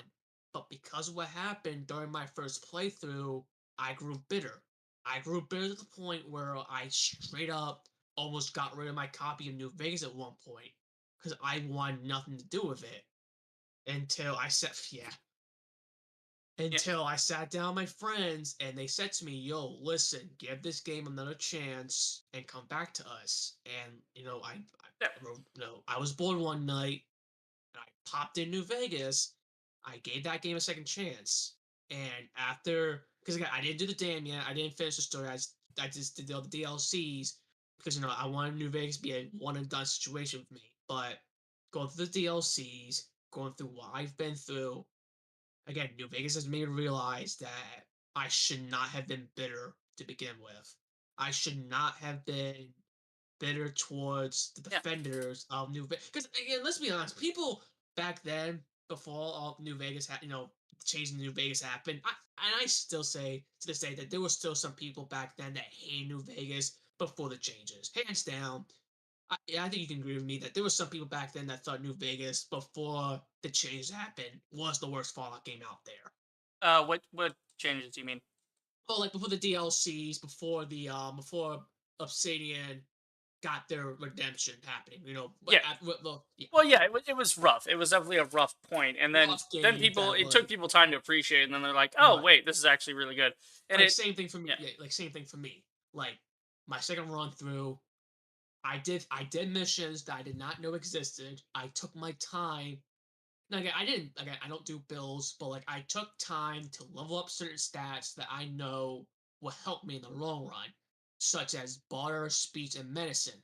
At the end of the day with New Vegas, those are the top three main skills you need to do for right. anything. No matter what run you do, you need to do barter, speech, and medicine. Nah, you don't need Because barter. Just kill people, take their stuff. Real easy. oh yeah, and then you get infamy for that. But Yeah, but who again, cares? He's gonna take over. It's all fine. yeah, sure. It's like barter. We don't negotiate around here. Bang. Barter, is that some sort of NCR term? Yeah. Where's The only yeah, but again, bartering that you can do with the Legion is, do you want us to kill you quick or slow? I mean, make up your mind. right. But again, like don't remember Redemption Run. I've grown to not appreciate, but I've grown to realize that again, back 2020 Sap was bitter. He had a miserable time because he just wanted to get the game over with because he kept getting screwed over for no Yep. reason. 2022 Sap replaying New Vegas made me realize that, you know what, put aside what happened and like all the minor stuff New Vegas has that I don't agree with. New Vegas is not. I mean, I'm not saying it's a good game, but it's not a bad game. I can Right. enjoy myself. Yeah. I can enjoy myself in New Vegas. I can enjoy having a good time, Yeah. barring the exceptions of like fetch quest and all that. Because again, New Vegas in my second run through, there was so much that I missed out on my first time that I didn't know existed until I took the time to do, again, all the side content for the factions, all the miscellaneous stuff for townspeople to increase my reputation with the NCR and settlements. Right. And then when I got the Hoover Dam for the assassinations, yeah, the NCR may have hated me and I may have lost karma and reputation towards NCR, but guess what? I didn't commit war crimes. I didn't kill people for no reason. I took the time out of my day to help them, to save them. Right. And if you don't like it, guess what? I can just betray I can just betray you in the end, call it a day. But, at the end of the day, and we get right down to it about the courier, roleplay or not, to get right down to it for the courier does not kill. This is not what the courier would do, like, for the NCL or whatever. The courier would get right down to it and be like, well, I should kill, but, I'm focused on Benny right now. I don't want to harm others in my wrath. I'm focused on one thing, Right. but no one should get hurt, there is the thing. Right, and I think that's where the main story comes in that your only goal is, hey, somebody tried to kill you, go find Benny. And there's nothing that says you have to hurt anybody that's in your way. But there's also nothing that says you shouldn't be doing that either. You can do whatever the hell you want. And that's the key to New Vegas is replayability is you can kill a guy, you can not kill a guy, you can kill different guys, you can kill no one, you can kill everyone, you can do all sorts of fun stuff. But I think I see where you're coming from. Is it's just, you give certain things certain chances. You look at No Man's Sky. If everyone looked at No Man's Sky and was like, oh, it's the worst game ever, fuck it, and no one stuck with it and no one ever looked at it again, we wouldn't have not only one of the greatest redemption stories in video games where it's gotten a lot of fantastic updates for free and they just keep working hard at it to fix their reputation with the community, but not only that, but they added VR capability, making it like the best VR, it's a great VR title, if nothing else. If you look at it and go, oh, well, I've got, EVE Online or whatever to do space exploration, but you look at that and it's like, oh, well, they just kind of accidentally in the middle of like trying to fix all this stuff decided to give people VR because they could do that. So like, why don't we just do that? And they did. And it makes the game better because of it. Now people can look at it and go, oh, they give a shit because they went back and they fixed their mistake. Where, some games just don't go back and fix their mistake ever. The only problem with Cyberpunk right now is like, yeah, they're fixing the problems, but they're fixing problems that shouldn't have been problems, and they're acting like they're owed some sort of applause for it. Yeah, they're like, oh, well, we're fixing it, whatever. Infinite. This is why Halo Infinite fucking blows right now, and it's never gonna get better. Whoa, hold on. Oh, Infinite's trash. Objectively. Hold on. Oh yeah. Call the Rangers. Give me some free dog tags. Those guys are weak. Anyway, but no, that's why Infinite's having such a problem right now. Right? Is the devs are doing essentially nothing right now. I don't know what they're doing. I don't know what they've been working on, but it has to be like maybe 10 people total working on this for updates for this game. It has to be. There's no fucking way that a whole dev team is working on this and we haven't seen any improvements to it whatsoever. There's no force, there's no co-op, there's no this, there's no that. You're missing all the stuff people want. You're not giving people what they... And they're taking away things people want. There were shortcuts in the maps, right, that the multiplayer, like, pro scene was like... They were like, yeah, those are, like, skip jumps. Those are, those are, like, skill jumps. We use those because we found those and we want to use them to like play the game better or more efficiently and win. And that's what we're doing. And it's not an exploit by any means. It's just a way the map is designed that the developers didn't see the first time. They were like, oh, okay, that is a new pathway that we didn't anticipate building. But instead of just leave it there, as Bungie had done in previous Halos, they intentionally remove it. They patch it out and they're not listening to the fans. They're not listening to people that the -5 people that still play Halo Infinite. And it's like, guys, you have to let people have what they want. You have to give the people what they want. Because if you don't give them what they want, then they go away from your game forever. And that's the problem that a lot of games are having to deal with right now, is realizing that, oh, wait, our customers will leave. They will be gone. Battlefield is dealing with that. Nobody's coming back to play 2042, no matter how many updates it gets. Because EA screwed up big time. Let's be honest about that. Well, no, we can say that EA screwed up, but we can also say that fucking the devs screwed up, because there's a certain point where you can't just say, oh well, the devs couldn't say anything because else they would be fired. Well, they probably should have just taken it on the chin then and gone somewhere else. Like, don't hold your career in such high esteem that it's fucking over the player. Because if you're putting yourself before the player, then why the hell are you a game dev to be on? But that's a whole other topic to get like into. I said, But I had to get because but yeah, I'm going, you're going. So, you know, I think it was a pretty productive stream. Yeah. We got that. Yeah. So anyway, if you want to do another stream, you know, if you're up to it, whatever, just let me know. Yeah, we'll, Discord. And if you want to talk about the Fallout franchise next time, or Pokemon, or Halo, like, let's do that next time. Oh god, I don't want to talk about Pokemon. Yeah. Woohoo! Animal abuse, the video game. No, thank you. But yeah. So thank you for taking so time yeah, out no, today. pretty good there. So Zap, you know. Yeah. You have a good night. Yep. Thank you everyone for coming out. And Reaper, I'll see you at your next Fallout stream. Yep. And you have a good one. All right, you too. Peace. All right, and with that, I'm gonna go as well. I think it was a pretty productive stream. Got about 3 hours out of it, so not bad, not bad. Anyway, that's it for the stream. Hope you guys enjoyed. If you did, do the usual. Like, subscribe, check out my streams. I will see you guys in the next video. Reaper the Rager, signing off.